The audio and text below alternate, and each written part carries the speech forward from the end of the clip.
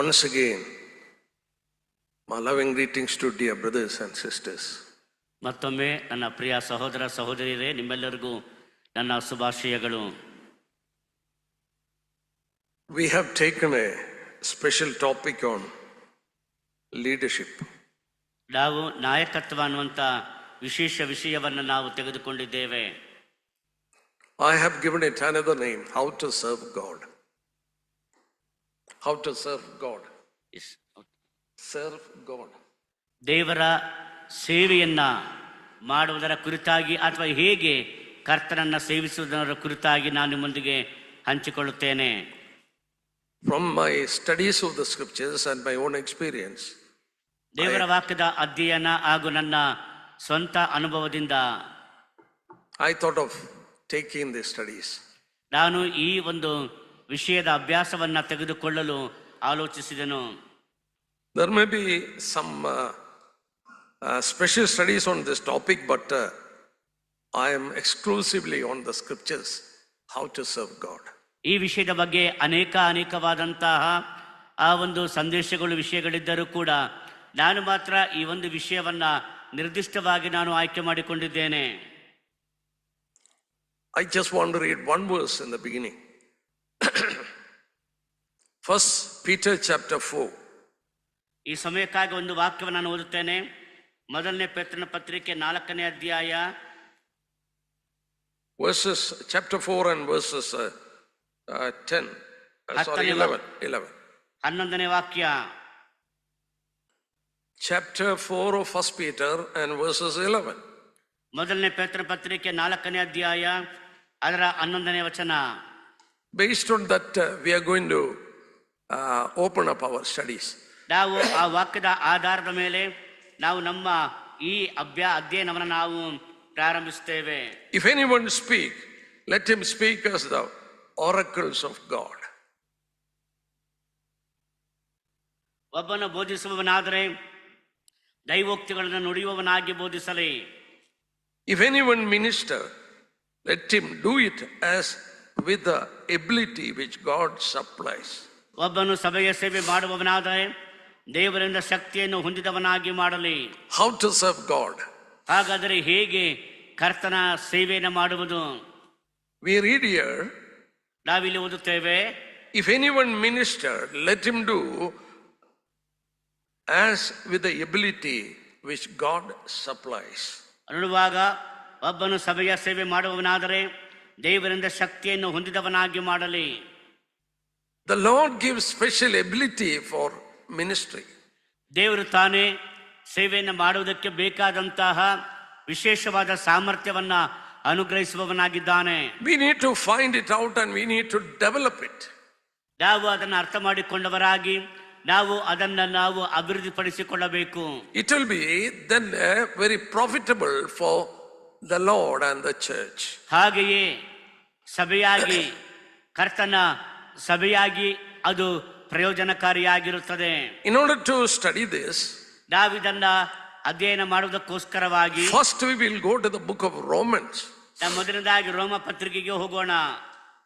You know, Romans can be divided into 5 divisions. ರೋಮ ಪತ್ರಿಕೆಯು 5 ಭಾಗಗಳಾಗಿ ನಾವು ವಿಂಗಡಿಸಬಹುದು.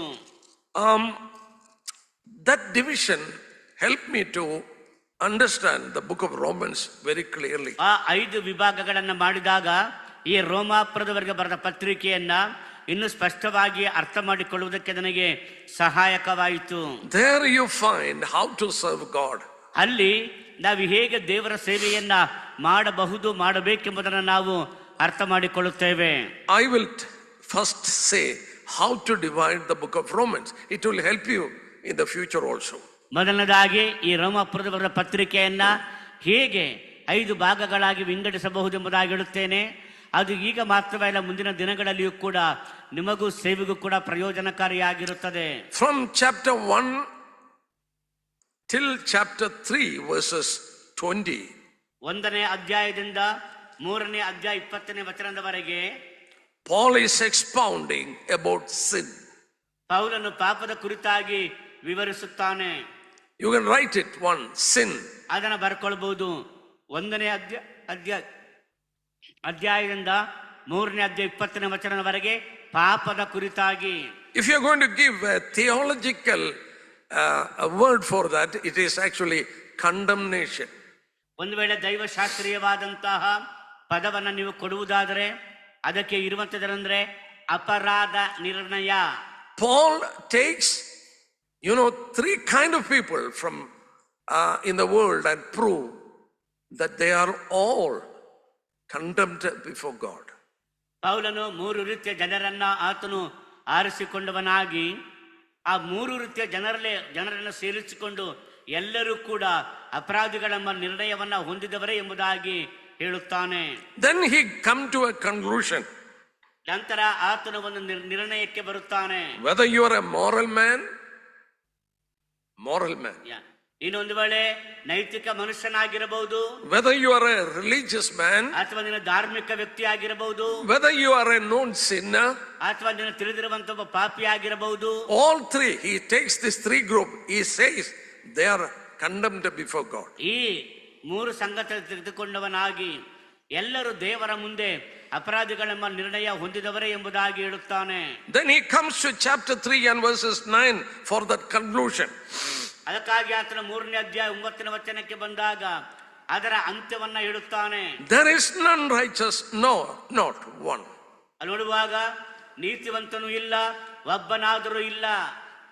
Whether you are a known sinner, the homosexuals, etc., he takes out here. ಅಲ್ಲಿ ನೋಡುವಾಗ ಇಲ್ಲಿ ಆತ ತಿಳಿದಂತ ಪಾಪಿ ಅಥವಾ ನೋಡುವಾಗ ಆತ ಸಲಿಂಗ ಕಾವ್ಯಗಳ ಬಗ್ಗೆ ಮಾತನಾಡುತ್ತಾ ಇರ್ತಾನೆ. ಯಾವುದೇ ತರದವನಾಗಿದ್ದರೂ ಕೂಡ ಪಾಪಿಯೇ. In chapter 2 he takes another group. They are the people condemning and saying that you are wrong. ಅಲ್ಲಿ ನೋಡುವಾಗ 2ನೇ ಅಧ್ಯಾಯಕ್ಕೆ ಬರುವಾಗ ಅಲ್ಲಿ ಅವರನ್ನ ತೆಗೆದುಕೊಂಡವನಾಗಿ ನೀವು ಕೂಡ ಅಪರಾಧಿಗಳೆಂಬುದಾಗಿ ಆತನು ಹೇಳುತ್ತಾನೆ. ನೀವು ಅಪರಾಧಿಗಳೆಂಬುದಾಗಿ. They are moralist people. They say all these kind of sinners, they are condemned before God. ಅವ್ರು ನೋಡುವಾಗ ಆ ನೈತಿಕ ಜನರಾಗಿದ್ದರು, ನೈತಿಕತೆಯನ್ನ ಸ್ಪಷ್ಟವಾಗಿ ತಿಳಿದಂತವರಾಗಿದ್ದರು. That is what you read in chapter 2 verse 1. ಅದನ್ನು 2ನೇ ಅಧ್ಯಾಯ 1ನೇ ವಚನದಲ್ಲಿ ಓದುತ್ತೀರಿ. He is speaking about the moral people and prove that they are also condemned before God. ನೈತಿಕ ಜನರನ್ನು ಆರಿಸಿಕೊಂಡವನಾಗಿ ಹೇಳುತ್ತಾನೆ, ನೈತಿಕ ಜನರಾದ ನೀವು ಕೂಡ ಪಾಪಿಗಳೇ ಎಂಬುದಾಗಿ ಹೇಳುತ್ತಾನೆ. Then in chapter 2 verse 17, 2ನೇ ಅಧ್ಯಾಯ 17ನೇ ವಚನಕ್ಕೆ ಬಂದಾಗ, you who are called as a Jew, you are also, condemned before God. ಆತನು ಹೇಳುತ್ತಾನೆ, ನೀನು ಯಹೂದ್ಯನೆನಿಸಿಕೊಂಡವನು, ಧರ್ಮಶಾಸ್ತ್ರದಲ್ಲಿ ಭರವಸೆ ಬಿಟ್ಟವನು ಆಗಿರುವಂತ ನೀನು ಕೂಡ ಪಾಪಿಯೇ ಎಂದು ಹೇಳುತ್ತಾನೆ. Then he proves there is none righteous, not even one. ಅಲ್ಲಿ ನೋಡುವಾಗ ಆತನು ಹೇಳುತ್ತಾನೆ, ಈ ಯಹೂದ್ಯರಲ್ಲಿಯೂ ಕೂಡ ಧಾರ್ಮಿಕರಲ್ಲಿಯೂ ಕೂಡ ನೈತಿಕ ಜನರಲ್ಲಿ ಯಾರೊಬ್ಬರು ಕೂಡ ನೀತಿವಂತರಿಲ್ಲ ಎಂಬುದನ್ನ ಆತನು ನಿರೂಪಿಸುತ್ತಾನೆ. Then he takes the second division. ನಂತರ 2ನೇ ವಿಭಾಗಕ್ಕೆ ಬರುತ್ತೇವೆ. How to be served. ಹೇಗೆ ರಕ್ಷಿಸಲ್ಪಡಬೇಕು. You can write it down. Salvation or theological term, justification. ರಕ್ಷಣೆ ಅಥವಾ ದೈವಶಾಸ್ತ್ರೀಯವಾದಂತಹ ಆ ಒಂದು ಭಾಷೆಯಲ್ಲಿ ಹೇಳುವುದಾದರೆ ನ್ಯಾಯ ನಿರ್ಣಯ. That is from chapter 3 verse 21 to 5:11. ನೋಡುವಾಗ 3ನೇ ಅಧ್ಯಾಯ 21ನೇ ವಚನದಿಂದ 5ನೇ ಅಧ್ಯಾಯ 11ನೇ ವಚನದವರೆಗೆ, 3ನೇ ಅಧ್ಯಾಯ 21ರಿಂದ 5ನೇ ಅಧ್ಯಾಯ 11ರವರೆಗೆ. One of the most beautiful passage, chapter 3 verses 21. 3ನೇ 21ನೇ ವಚನ ನೋಡುವಾಗ ಸತ್ಯವೇದನೆ ಬಹಳ ಸುಂದರವಾದಂತಹ ವಾಕ್ಯ ಭಾಗವುದು. Now the righteousness of God apart from law is revealed. No need of doing anything. The righteousness of God is revealed. How you can be right with God. ಈಗಾದರೂ ದೇವರಿಂದ ದೊರಕುವ ನೀತಿಯು ಧರ್ಮಶಾಸ್ತ್ರ ನಿಯಮಗಳಿಲ್ಲದೆ ಪ್ರಕಟವಾಗಿದೆ.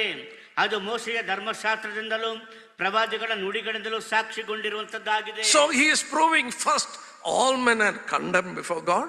ಮೊದಲನೇದಾಗಿ ಆತ ನಿರೂಪಿಸುತ್ತಾನೆ, ಎಲ್ಲಾ ಜನರು ದೇವರ ಮುಂದೆ ಅವರು ಅಪರಾಧಿಗಳೆಂಬ ನಿರ್ಣಯ ಹೊಂದಿದವರು ಎಂಬುದಾಗಿ ನಿರೂಪಿಸುತ್ತಾನೆ.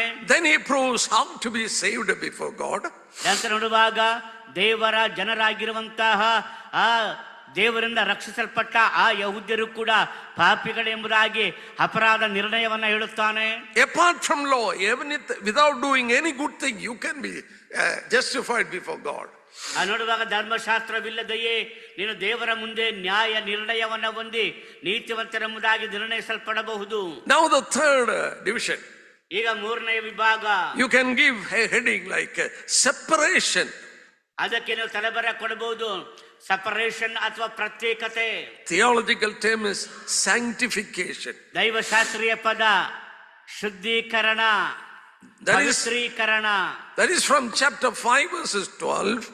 5ನೇ ಅಧ್ಯಾಯ 12ನೇ ವಚನದಿಂದ till chapter 8 verses 39. 8ನೇ ಅಧ್ಯಾಯ 39ರವರೆಗೆ. There one of the most beautiful, exposition of how can we live without sin. ನೋಡುವಾಗ ಆ ವಾಕ್ಯ ಭಾಗದಲ್ಲಿ ನಾವು ಪಾಪವಿಲ್ಲದೆ ಹೇಗೆ ಜೀವಿಸಬಹುದು ಎನ್ನುವುದರ ಕುರಿತಾಗಿ ಈ ವಾಕ್ಯ ಭಾಗದಲ್ಲಿ ನೋಡುತ್ತೇವೆ. Wonderful truths of Romans chapter 6 and all. ರೋಮಾಪುರವರ ಪತ್ರಿಕೆ 6ನೇ ಅಧ್ಯಾಯ ಅದ್ಭುತವಾದ ಸತ್ಯಗಳನ್ನ ಒಳಗೊಂಡಿರುವಂತಹ ಅಧ್ಯಾಯ. There God teaches how can you live a holy life without sin. ಅಲ್ಲಿ ದೇವರು ತಾನೇ ಪಾಪವಿಲ್ಲದೆ ಹೇಗೆ ಪರಿಶುದ್ಧ ಜೀವನವನ್ನ ಜೀವಿಸಬಹುದು ಎಂಬುದನ್ನ ಆತನು ಹೇಳುತ್ತಿದ್ದಾನೆ. Most important, teaching in the scripture is this part. ದೇವರ ವಾಕ್ಯದಲ್ಲಿಯೇ ಬಹಳ ಪ್ರಾಮುಖ್ಯವಾದಂತಹ ಒಂದು ಬೋಧನೆ ಅಥವಾ ಉಪದೇಶವೆಂದರೆ ಈ ವಾಕ್ಯ ಭಾಗವೇ. Then comes the fourth division. 4ನೇದಾಗಿ ಬರುವಂತದ್ದು 4ನೇ ವಿಭಾಗ. You can write it like this: sovereignty or dispensation. ನೋಡುವಾಗ ನೋಡ್ತೇವೆ ಸಾರ್ವಭೌಮತ್ವ ಅಥವಾ ಯುಗಗಳ ಕುರಿತಾದ ಬೋಧನೆ. Teaching about a dispensation. ಯುಗಗಳ ಕುರಿತಾದಂತ ಉಪದೇಶ. That is what theological term. ಅದೇ ದೈವಶಾಸ್ತ್ರೀಯವಾದಂತಹ ಆ ಒಂದು ಪದ ಪ್ರಯೋಗ. Paul takes 3 chapters, 9, 10 and 11. 9ನೇ ಅಧ್ಯಾಯ, 10ನೇ ಅಧ್ಯಾಯ, 11ನೇ ಅಧ್ಯಾಯ, ಈ 3 ಅಧ್ಯಾಯಗಳನ್ನ ಅಪೊಸ್ತಲನಾಗಿರುವಂತಹ ಪೌಲನು ಈ ಯುಗಗಳ ಕುರಿತಾದ ಬೋಧನೆಗೆ ಆರಿಸಿಕೊಳ್ಳುತ್ತಾನೆ. He is writing down why Jewish people are set aside. ಯಹೂದ್ಯ ಜನರು ಯಾಕೆ ಅವರು ಒಂದು ಪಕ್ಕಕ್ಕೆ ಇಡಲ್ಪಟ್ಟರು ಎಂಬುದನ್ನ ಕುರಿತಾಗಿ ಈ 3 ಅಧ್ಯಾಯಗಳಲ್ಲಿ ಪೌಲನು ಬರೆಯುತ್ತಾನೆ. Teaching about the Jewish people, chapter 9, 10 and 11. ಯಹೂದ್ಯ ಜನರ ಕುರಿತಾಗಿ 9ನೇ ಅಧ್ಯಾಯ, 10ನೇ ಅಧ್ಯಾಯ, 11ನೇ ಅಧ್ಯಾಯಗಳಲ್ಲಿ ಆತನು ಬರೆಯುತ್ತಾನೆ. Then comes the 5th division. ನಂತರ ಬರುವಂತದ್ದು 5ನೇ ವಿಭಾಗ. That's what we were trying to find out. ಅದನ್ನ ನಾವು ಈಗ ಕಂಡು ಹಿಡಿಯಲು ಪ್ರಯತ್ನ ಪಡುತ್ತಿದ್ದೇವೆ. You can give a title like this: service. ಅದಕ್ಕೆ ನೀವು ಒಂದು ತಲೆಬರ ಕೊಡಬಹುದು, ಸೇವೆ.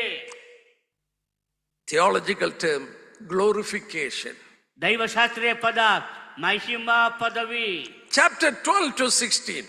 12ನೇ ಅಧ್ಯಾಯದಿಂದ 16ನೇ ಅಧ್ಯಾಯದವರೆಗೆ how to serve God. ದೇವರನ್ನ ಸೇವಿಸುವುದು ಹೇಗೆ ಅಥವಾ ದೇವರ ಸೇವೆ ಮಾಡುವುದು ಹೇಗೆ. See, Romans is a systematic theology treaty. ಈ ರೋಮ ಪತ್ರಿಕೆಯು ಬಹಳ ವ್ಯವಸ್ಥಿತವಾದ ದೈವಶಾಸ್ತ್ರೀಯವಾದ ಆ ಒಂದು ಬೋಧನೆಯ ಪುಸ್ತಕ. That is the reason God has kept it as the first letter in the New Testament. ಆದ್ದರಿಂದ ದೇವರು ತಾನೇ ಈ ಹೊಸ ಒಡಂಬಡಿಕೆಯ ಪತ್ರಿಕೆಗಳಲ್ಲಿ ಮೊದಲನೆಯ ಪತ್ರಿಕೆಯಾಗಿ ದೇವರು ಅದನ್ನು ಇಟ್ಟಿದ್ದಾನೆ. Once you really study Romans, you will be thorough with the foundational doctrines. ನೀವು ಒಂದು ಸಾರಿ ಈ ಒಂದು ಆ ಪುಸ್ತಕವನ್ನ ಓದಿದರೆ ಆಗ ಆ ಅಸ್ಥಿವಾರದ ಬೋಧನೆಗಳ ವಿಷಯದಲ್ಲಿ ಸ್ಪಷ್ಟವಾದಂತ ತಿಳುವಳಿಕೆಯನ್ನ ಉಪದೇಶವನ್ನ ಹೊಂದಿದವರಾಗುತ್ತೇವೆ. If you are serious enough, ನೀವೊಂದೆಡೆ ಗಂಭೀರವಾಗಿ ಕಲಿಯುವವರಾದರೆ by heart it very easily. ಬಹಳ ಸುಲಭವಾಗಿ ಇದನ್ನ ಬಾಯ್ಪಾಠ ಮಾಡಬಹುದು. This division starts by S, all by S. ನೋಡುವಾಗ ಇದು ಎಸ್ ಎನ್ನುವ ಅಕ್ಷರದಿಂದ ಪ್ರಾರಂಭವಾಗುತ್ತದೆ. Sin, salvation, separation, sovereignty, service. ನೋಡುವಾಗ 5 ಪದಗಳ ನೋಡುತ್ತೇವೆ ಇಂಗ್ಲಿಷ್ ನಲ್ಲಿ. ಎಲ್ಲವೂ ಕೂಡ ಎಸ್ ನ ಪ್ರಾರಂಭವಾಗುತ್ತದೆ. ಸಿನ್ ಅಂದ್ರೆ ಪಾಪ, salvation ರಕ್ಷಣೆ ಅಥವಾ ಸಾಲ್ವೇಷನ್, separation ಪ್ರತ್ಯೇಕತೆ ಅಥವಾ ಸಪರೇಷನ್, then sovereignty, ನೋಡುವಾಗ ಆ ಸಾವರಿಟಿ ಸಾರ್ವಭೌಮತ್ವ, then service, ನಂತರ ಸೇವೆ. I'll tell you, it is one of the wonderful book the Lord has given us, that is the Romans. ದೇವರು ಕೊಟ್ಟಂತಹ ಸತ್ಯವೇದದ ಪುಸ್ತಕಗಳಲ್ಲಿ ಒಂದು ಅದ್ಭುತವಾದ ಪುಸ್ತಕವೆಂದರೆ ಅದು ರೋಮಾಪುರದವರಿಗೆ ಬರೆದ ಪತ್ರಿಕೆಯೇ. You know, Paul wrote to Corinthians and Galatians and other letters in order to correct certain problems in that church. ಆ ಕೊರಿಂಥ ಪತ್ರಿಕೆ, ಗಲಾತ್ಯದವರಿಗೆ ಬರೆದ ಪತ್ರಿಕೆ, ಅವುಗಳನ್ನು ನೋಡುವಾಗ ಆ ಸಭೆಗಳಲ್ಲಿ ಇದ್ದಂತ ಕೆಲವೊಂದು ಸಮಸ್ಯೆಗಳ ಪರಿಹಾರಕ್ಕಾಗಿ ಬರೆಯಲ್ಪಟ್ಟ ಪತ್ರಿಕೆಗಳು. Here Paul has not visited this assembly. ಆದ್ರೆ ಇಲ್ಲಿ ನೋಡುವಾಗ ಅಪೊಸ್ತಲನಾಗಿರುವಂತ ಪೌಲನು ರೋಮಾಪುರದ ಸಭೆಯನ್ನ ಆತನು ಸಂಧಿಸಿಲ್ಲ. Rome is the capital of that, time empire. ಆ ದಿನಗಳಲ್ಲಿದ್ದಂತಹ ಆ ಒಂದು ಸಾಮ್ರಾಜ್ಯದ ರಾಜಧಾನಿಯೇ ಈ Rome ಪಟ್ಟಣವಾಗಿತ್ತು. He knew the importance of that assembly. ಅವನಿಗೆ ಗೊತ್ತು ಆ ಒಂದು ಸಭೆಯ ಪ್ರಾಮುಖ್ಯತೆ ಏನೆಂಬುದಾಗಿ. So he is writing to them about the theological treaty or about the basic doctrines. ಆತನು ಆ ಸಭೆಗೆ ದೈವಶಾಸ್ತ್ರೀಯವಾದಂತಹ ಆ ಒಂದು ಉಪದೇಶದ ಪತ್ರವನ್ನು ಬರೆಯುತ್ತಿದ್ದಾನೆ. ಹಾಗೂ ಅಥವಾ ಇನ್ನೊಂದು ಮಾತು ಹೇಳುವುದಾದ್ರೆ ಅಸ್ಥಿವಾರದ ಉಪದೇಶಗಳ ಆ ಒಂದು ಪತ್ರವನ್ನು ಬರೆಯುತ್ತಿದ್ದಾನೆ. Now from chapter 12, how to serve God. 12ನೇ ಅಧ್ಯಾಯದಿಂದ ಕರ್ತನ ಸೇವೆಯನ್ನ ಹೇಗೆ ಮಾಡುವುದು. Now let us turn to Romans chapter 12. ಈಗ ನಾವು ರೋಮಾಪುರದವರ ಪತ್ರಿಕೆ 12ನೇ ಅಧ್ಯಾಯಕ್ಕೆ ತೆಗೆದುಕೊಳ್ಳೋಣ. Brothers, this is a very important passage. ಸಹೋದರರೇ, ಇದು ಬಹಳ ಪ್ರಾಮುಖ್ಯವಾದಂತ ಒಂದು ವಾಕ್ಯ ಭಾಗ. Because God's word teaches us something and we have to adopt it and obey it. ದೇವರ ವಾಕ್ಯ ನಮಗೆ ಕೆಲವನ್ನ ಬೋಧಿಸುತ್ತದೆ, ನಾವು ಅದನ್ನು ಅರ್ಥ ಮಾಡಿಕೊಳ್ಳುವರಾಗಿ ಅಳವಡಿಸಿಕೊಳ್ಳಬೇಕು. It is written there in verses 3. ಆ 3ನೇ ವಚನದಲ್ಲಿ ಹೀಗೆ ಬರೆಯಲ್ಪಟ್ಟಿದೆ, I say to you, through the grace given to me, to everyone who is among you, not to think of himself more highly than he ought to think, but to think soberly, as God has dealt to each one a measure of faith. ರೋಮ ಪತ್ರಿಕೆ 12ನೇ ಅಧ್ಯಾಯ 3ನೇ ವಚನ.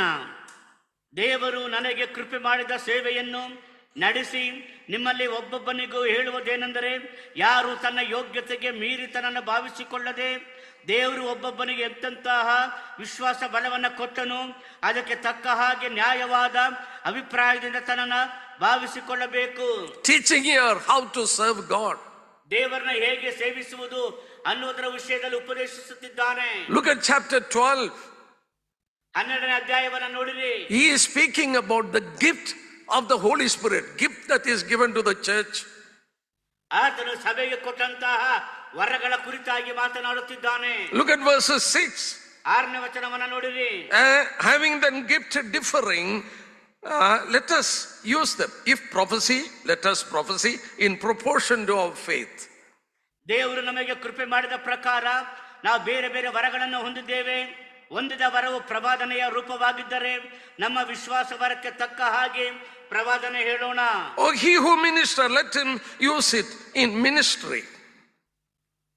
ಅದು ಸಭಾ ಸೇವೆಯ ರೂಪವಾಗಿದ್ದರೆ ಸಭಾ ಸೇವೆಯನ್ನ ಮಾಡುತ್ತಾ ಇರೋಣ.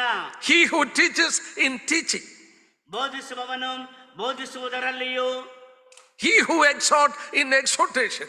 ಬುದ್ಧಿ ಹೇಳುವವನು ಬುದ್ಧಿ ಹೇಳುವುದರಲ್ಲಿಯೂ ನಿರತನಾಗಿರಲಿ. Look at that, he who teaches in teaching. ನೋಡುವಾಗ ಬೋಧಿಸುವವನು ಬೋಧಿಸುವುದರಲ್ಲಿಯೂ ನಿರತನಾಗಿರಲಿ. As you read here, Paul wrote in verses 3, 3ನೇ ವಚನದಲ್ಲಿ ಪೌಲನು ಬರೆಯುತ್ತಾನೆ, your ministry should be done soberly. ಅಲ್ಲಿ ಅವನು ಹೇಳ್ತಾನೆ, ನಿಮ್ಮ ಒಂದು ಸೇವೆಯು ಅದು ಯಾವಾಗಲೂ ಕೂಡ ಮುಗ್ಧತೆಯಿಂದ ಕೂಡಿದ್ದಾಗಿರಲಿ. Don't think more highly than what you have. ನಿಮಗಿರುವಂತ ಯೋಗ್ಯತೆಗಿಂತ ಹೆಚ್ಚಾಗಿ ನಿಮ್ಮನ್ನು ಭಾವಿಸಿಕೊಳ್ಳಬೇಡಿರಿ. Don't think less also.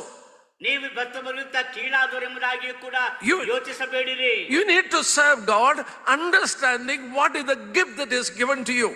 ದೇವರು ನಿಮಗೆ ಯಾವ ಆ ಒಂದು ಕೃಪಾವರವನ್ನು ಕೊಟ್ಟಿದ್ದಾನೋ ಅದಕ್ಕೆ ತಕ್ಕ ಹಾಗೆ ನೀವು ನಿಮ್ಮನ್ನು ಭಾವಿಸಿಕೊಂಡು ಸೇವೆ ಮಾಡಬೇಕು. We saw in 1 Peter chapter 4:10. ನಾವು ಮೊದಲನೇ ಪೇತ್ರ ಪತ್ರಿಕೆ 4ನೇ ಅಧ್ಯಾಯ 10ನೇ ವಚನದಲ್ಲಿ ನೋಡಿದ್ದೇವೆ. He who minister, let him do it according to the ability the Lord has given. ನೋಡುವಾಗ ಪ್ರತಿಯೊಬ್ಬನು ತಾನು ಹೊಂದಿದ ಕೃಪಾ ವರವನ್ನು ಎಲ್ಲರ ಸೇವೆಯಲ್ಲಿ ಉಪಯೋಗಿಸಲಿ. God gives ability to do the ministry. ದೇವರು ಸೇವೆ ಮಾಡುವುದಕ್ಕೆ ಯಾವ ಒಂದು ಸಾಮರ್ಥ್ಯವನ್ನು ಕೊಟ್ಟಿದ್ದಾನೋ ಆ ಸಾಮರ್ಥ್ಯಕ್ಕೆ ತಕ್ಕ ಹಾಗೆ ಸೇವೆ ಮಾಡಲಿ. Ministry should be done soberly, understanding what I have. ಆ ಒಂದು ಸೇವೆಯನ್ನ ದೇವರು ನನಗೆ ಯಾವ ಕೃಪಾವರವನ್ನ ಕೊಟ್ಟಿದ್ದಾನೆ, ನಾನು ಏನಾಗಿದ್ದೇನೆ ಎಂಬುದಾಗಿ ಅರ್ಥ ಮಾಡಿಕೊಂಡವರಾಗಿ ಅದರ ಮೂಲಕವಾಗಿ ಸ್ವಸ್ಥ ಚಿತ್ತರಾಗಿ ಸೇವೆಯನ್ನ ಮಾಡೋಣ. Not to think more of me, not to think less of me. ನನ್ನ ಕುರಿತಾಗಿ ಹೆಚ್ಚಾಗಿ ಭಾವಿಸಿಕೊಳ್ಳದೆಯೋ, ನನ್ನ ಕುರಿತಾಗಿ ಕೀಳಾಗಿ ನಾನು ಭಾವಿಸಿಕೊಳ್ಳದೆಯೋ ಕರ್ತನ ಸೇವೆಯನ್ನ ಮಾಡಬೇಕು. Let me tell you, dear ones, there is no ungifted person in the church. Every person is given at least one gift. ಪ್ರಿಯರೇ, ಪ್ರತಿಯೊಬ್ಬ ವಿಶ್ವಾಸಿಯು ಕೂಡ, ಸಭೆಯಲ್ಲಿರುತ್ತ ಪ್ರತಿಯೊಬ್ಬ ವಿಶ್ವಾಸಿಯು ಒಂದಲ್ಲ ಒಂದು ಕೃಪಾ ವರವನ್ನ ಕೊಡಲ್ಪಟ್ಟಿರುತ್ತಾನೆ. You know, the word it is given in Greek language is charisma. ಅಲ್ಲಿ Greek ಭಾಷೆಯಲ್ಲಿ ಬಳಸಲ್ಪಟ್ಟಂತ ಪದ ಕ್ಯಾರಿಸ್ಮಾ. From that word only we get charismatic movement and all. Charisma. ಅದರ ಮೂಲಕವಾಗಿಯೇ ಕ್ಯಾರಿಸ್ಮ್ಯಾಟಿಕ್ ಮೂವ್ಮೆಂಟ್ ಅನ್ನುವಂತಹ ಆ ಒಂದು ಪದವನ್ನು ನಾವು ಕಂಡುಕೊಂಡೆವು. In those days, ಆ ದಿನಗಳಲ್ಲಿ the Greeks used that word for birthday gift. ಆ ಗ್ರೀಕ್ ಜನರು ಈ ಒಂದು ಹುಟ್ಟು ಹಬ್ಬದ ಆ ಗಿಫ್ಟ್ ಅನ್ನ ಕೊಡುವುದಕ್ಕಾಗಿ ಕ್ಯಾರಿಸ್ಮಾ ಅನ್ನುವ ಪದವನ್ನ ಬಳಸುತ್ತಿದ್ದರು. So it is given to you when you are born into the family of God as a gift. ನೀನು ದೇವರ ಕುಟುಂಬದಲ್ಲಿ ಹುಟ್ಟಿದಾಗ ನಿಮಗೆ ಉಡುಗೊರೆಯಾಗಿ ದೇವರು ಆ ಕೃಪಾ ವರವನ್ನ ಕೊಟ್ಟಿದ್ದಾನೆ. Have you noted it? It is known as the gift of the Holy Spirit. ದೇವರ ಗಮನಿಸಿರಿ, ಪವಿತ್ರಾತ್ಮನ ವರಗಳು ಅನ್ನುವಂತ ಪದ ಪ್ರಯೋಗ. You cannot earn a gift, it is gift. ಆ ಒಂದು ವರ ಎಂದು ಹೇಳುವಾಗ ನೀವು ಸಂಪಾದಿಸಿಕೊಳ್ಳುವುದಲ್ಲ, ಅದು ಉಡುಗೊರೆಯಾಗಿ ಕೊಡಲ್ಪಟ್ಟದ್ದೇ. God gives the Spirit, gives severely, in different gifts to different people. ದೇವರು ತನ್ನ ಆತ್ಮನ ಮೂಲಕವಾಗಿ ಬೇರೆ ಬೇರೆ ವರಗಳನ್ನ ಬೇರೆ ಬೇರೆ ವಿಶ್ವಾಸಗಳಿಗೆ ಅನುಗ್ರಹಿಸಿಕೊಡುತ್ತಾನೆ. Very unfortunate that the brothers and sisters in the assembly, they have not yet found out what gift they have. ಬಹಳ ಆಶ್ಚರ್ಯಕರ ಸಂಗತಿ ಎಂಬುದಾಗಿ ಹೇಳಿದರೆ, ನಮ್ಮ ಸಹೋದರ ಸಭೆಗಳಲ್ಲಿರುವಂತಹ ಸಹೋದರಿಯರು ಕರ್ತನವರಿಗೆ ಯಾವ ವರವನ್ನು ಕೊಟ್ಟಿದ್ದಾನೆ ಎಂಬುದನ್ನ ಅವರು ಕಂಡುಕೊಳ್ಳುತ್ತಾ ಇಲ್ಲ. If they would have found out and used it, church would have been an explosive, organism in the world. ಒಂದು ವೇಳೆ ಅವರು ಅರ್ಥ ಮಾಡಿಕೊಂಡವರಾಗಿ ಸಭೆಯ ಉನ್ನತಿಗಾಗಿ ಅದನ್ನು ಉಪಯೋಗಿಸಿದರೆ ಇವತ್ತಿನ ಸಹೋದರ ಸಭೆಗಳು ಕೂಡ ಪ್ರಪಂಚದಲ್ಲಿ ಬಹಳವಾದ ರೀತಿಯಲ್ಲಿ ಆತ್ಮಿಕವಾದ ಅಭಿವೃದ್ಧಿಯಲ್ಲಿಯೂ ಕೂಡ ಮುಂದುವರಿಯುವುದಕ್ಕೆ ಆಗುತ್ತಾ ಇತ್ತು. When I was studying this, I read a very interesting event in the life of a pastor.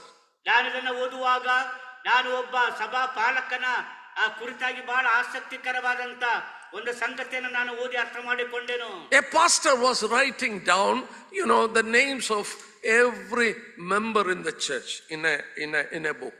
ಆ ಸಭಾ ಪಾಲಕನು ಒಂದು ದಿವಸ ಒಂದು ಪುಸ್ತಕದಲ್ಲಿ ಸಭೆಯಲ್ಲಿರುವಂತ ಪ್ರತಿಯೊಬ್ಬೊಬ್ಬರ ಹೆಸರುಗಳನ್ನ ಆತನು ಬರೆಯುತ್ತಾ ಬಂದನು. One brother was standing nearby and watching it. ಅದನ್ನ ಒಬ್ಬ ಸಹೋದರನ ಹತ್ತಿರ ನಿಂತುಕೊಂಡವನಾಗಿ ಅವರು ಬರೆಯುತ್ತಾ ಇರುವುದನ್ನು ಗಮನಿಸುತ್ತಿದ್ದನು. As he writes the name, ಆತನ ಹೆಸರುಗಳನ್ನ ಬರೆಯುವಾಗ across most of the names he wrote down one word like this, FBPO. FBPO. ಆತನು ಆ ಹೆಸರು ಬರುವಾಗ ಅದರ ಮುಂದೆ FBPO ಎಂಬುದಾಗಿ ಬರೆಯುತ್ತಾ ಇದ್ದನು. So when he was watching almost all the names, he is writing down FBPO. ಅದನ್ನ ಬರಿತಾ ಹೋಗುವಾಗ ಎಲ್ಲ ಹೆಸರುಗಳ ಮುಂದೆ FBPO ಎಂಬುದಾಗಿ ಬರೆಯುವುದನ್ನ ಆತನು ಗಮನಿಸುತ್ತಿದ್ದಾನೆ. This brother who was standing there asked this pastor, what is the meaning of this FBPO? ಆಗ ಅದನ್ನ ಗಮನಿಸುತ್ತಿದ್ದಂತಹ ಆ ಸಹೋದರನು ಸಭಾ ಪಾಲಕರೇ, ಈ ಹೆಸರುಗಳ ಮುಂದೆ FBPO ಬರೆದಿದ್ದೀರಲ್ಲ, ಅದರ ಅರ್ಥವೇನೆಂಬುದಾಗಿ ಕೇಳುತ್ತಾನೆ. Then he told him like this. ಆಗ ಆ ಸಭಾ ಪಾಲಕರು ಆ ಸಹೋದರನಿಗೆ ಹೇಳುತ್ತಾರೆ, FBPO means for burial purpose only.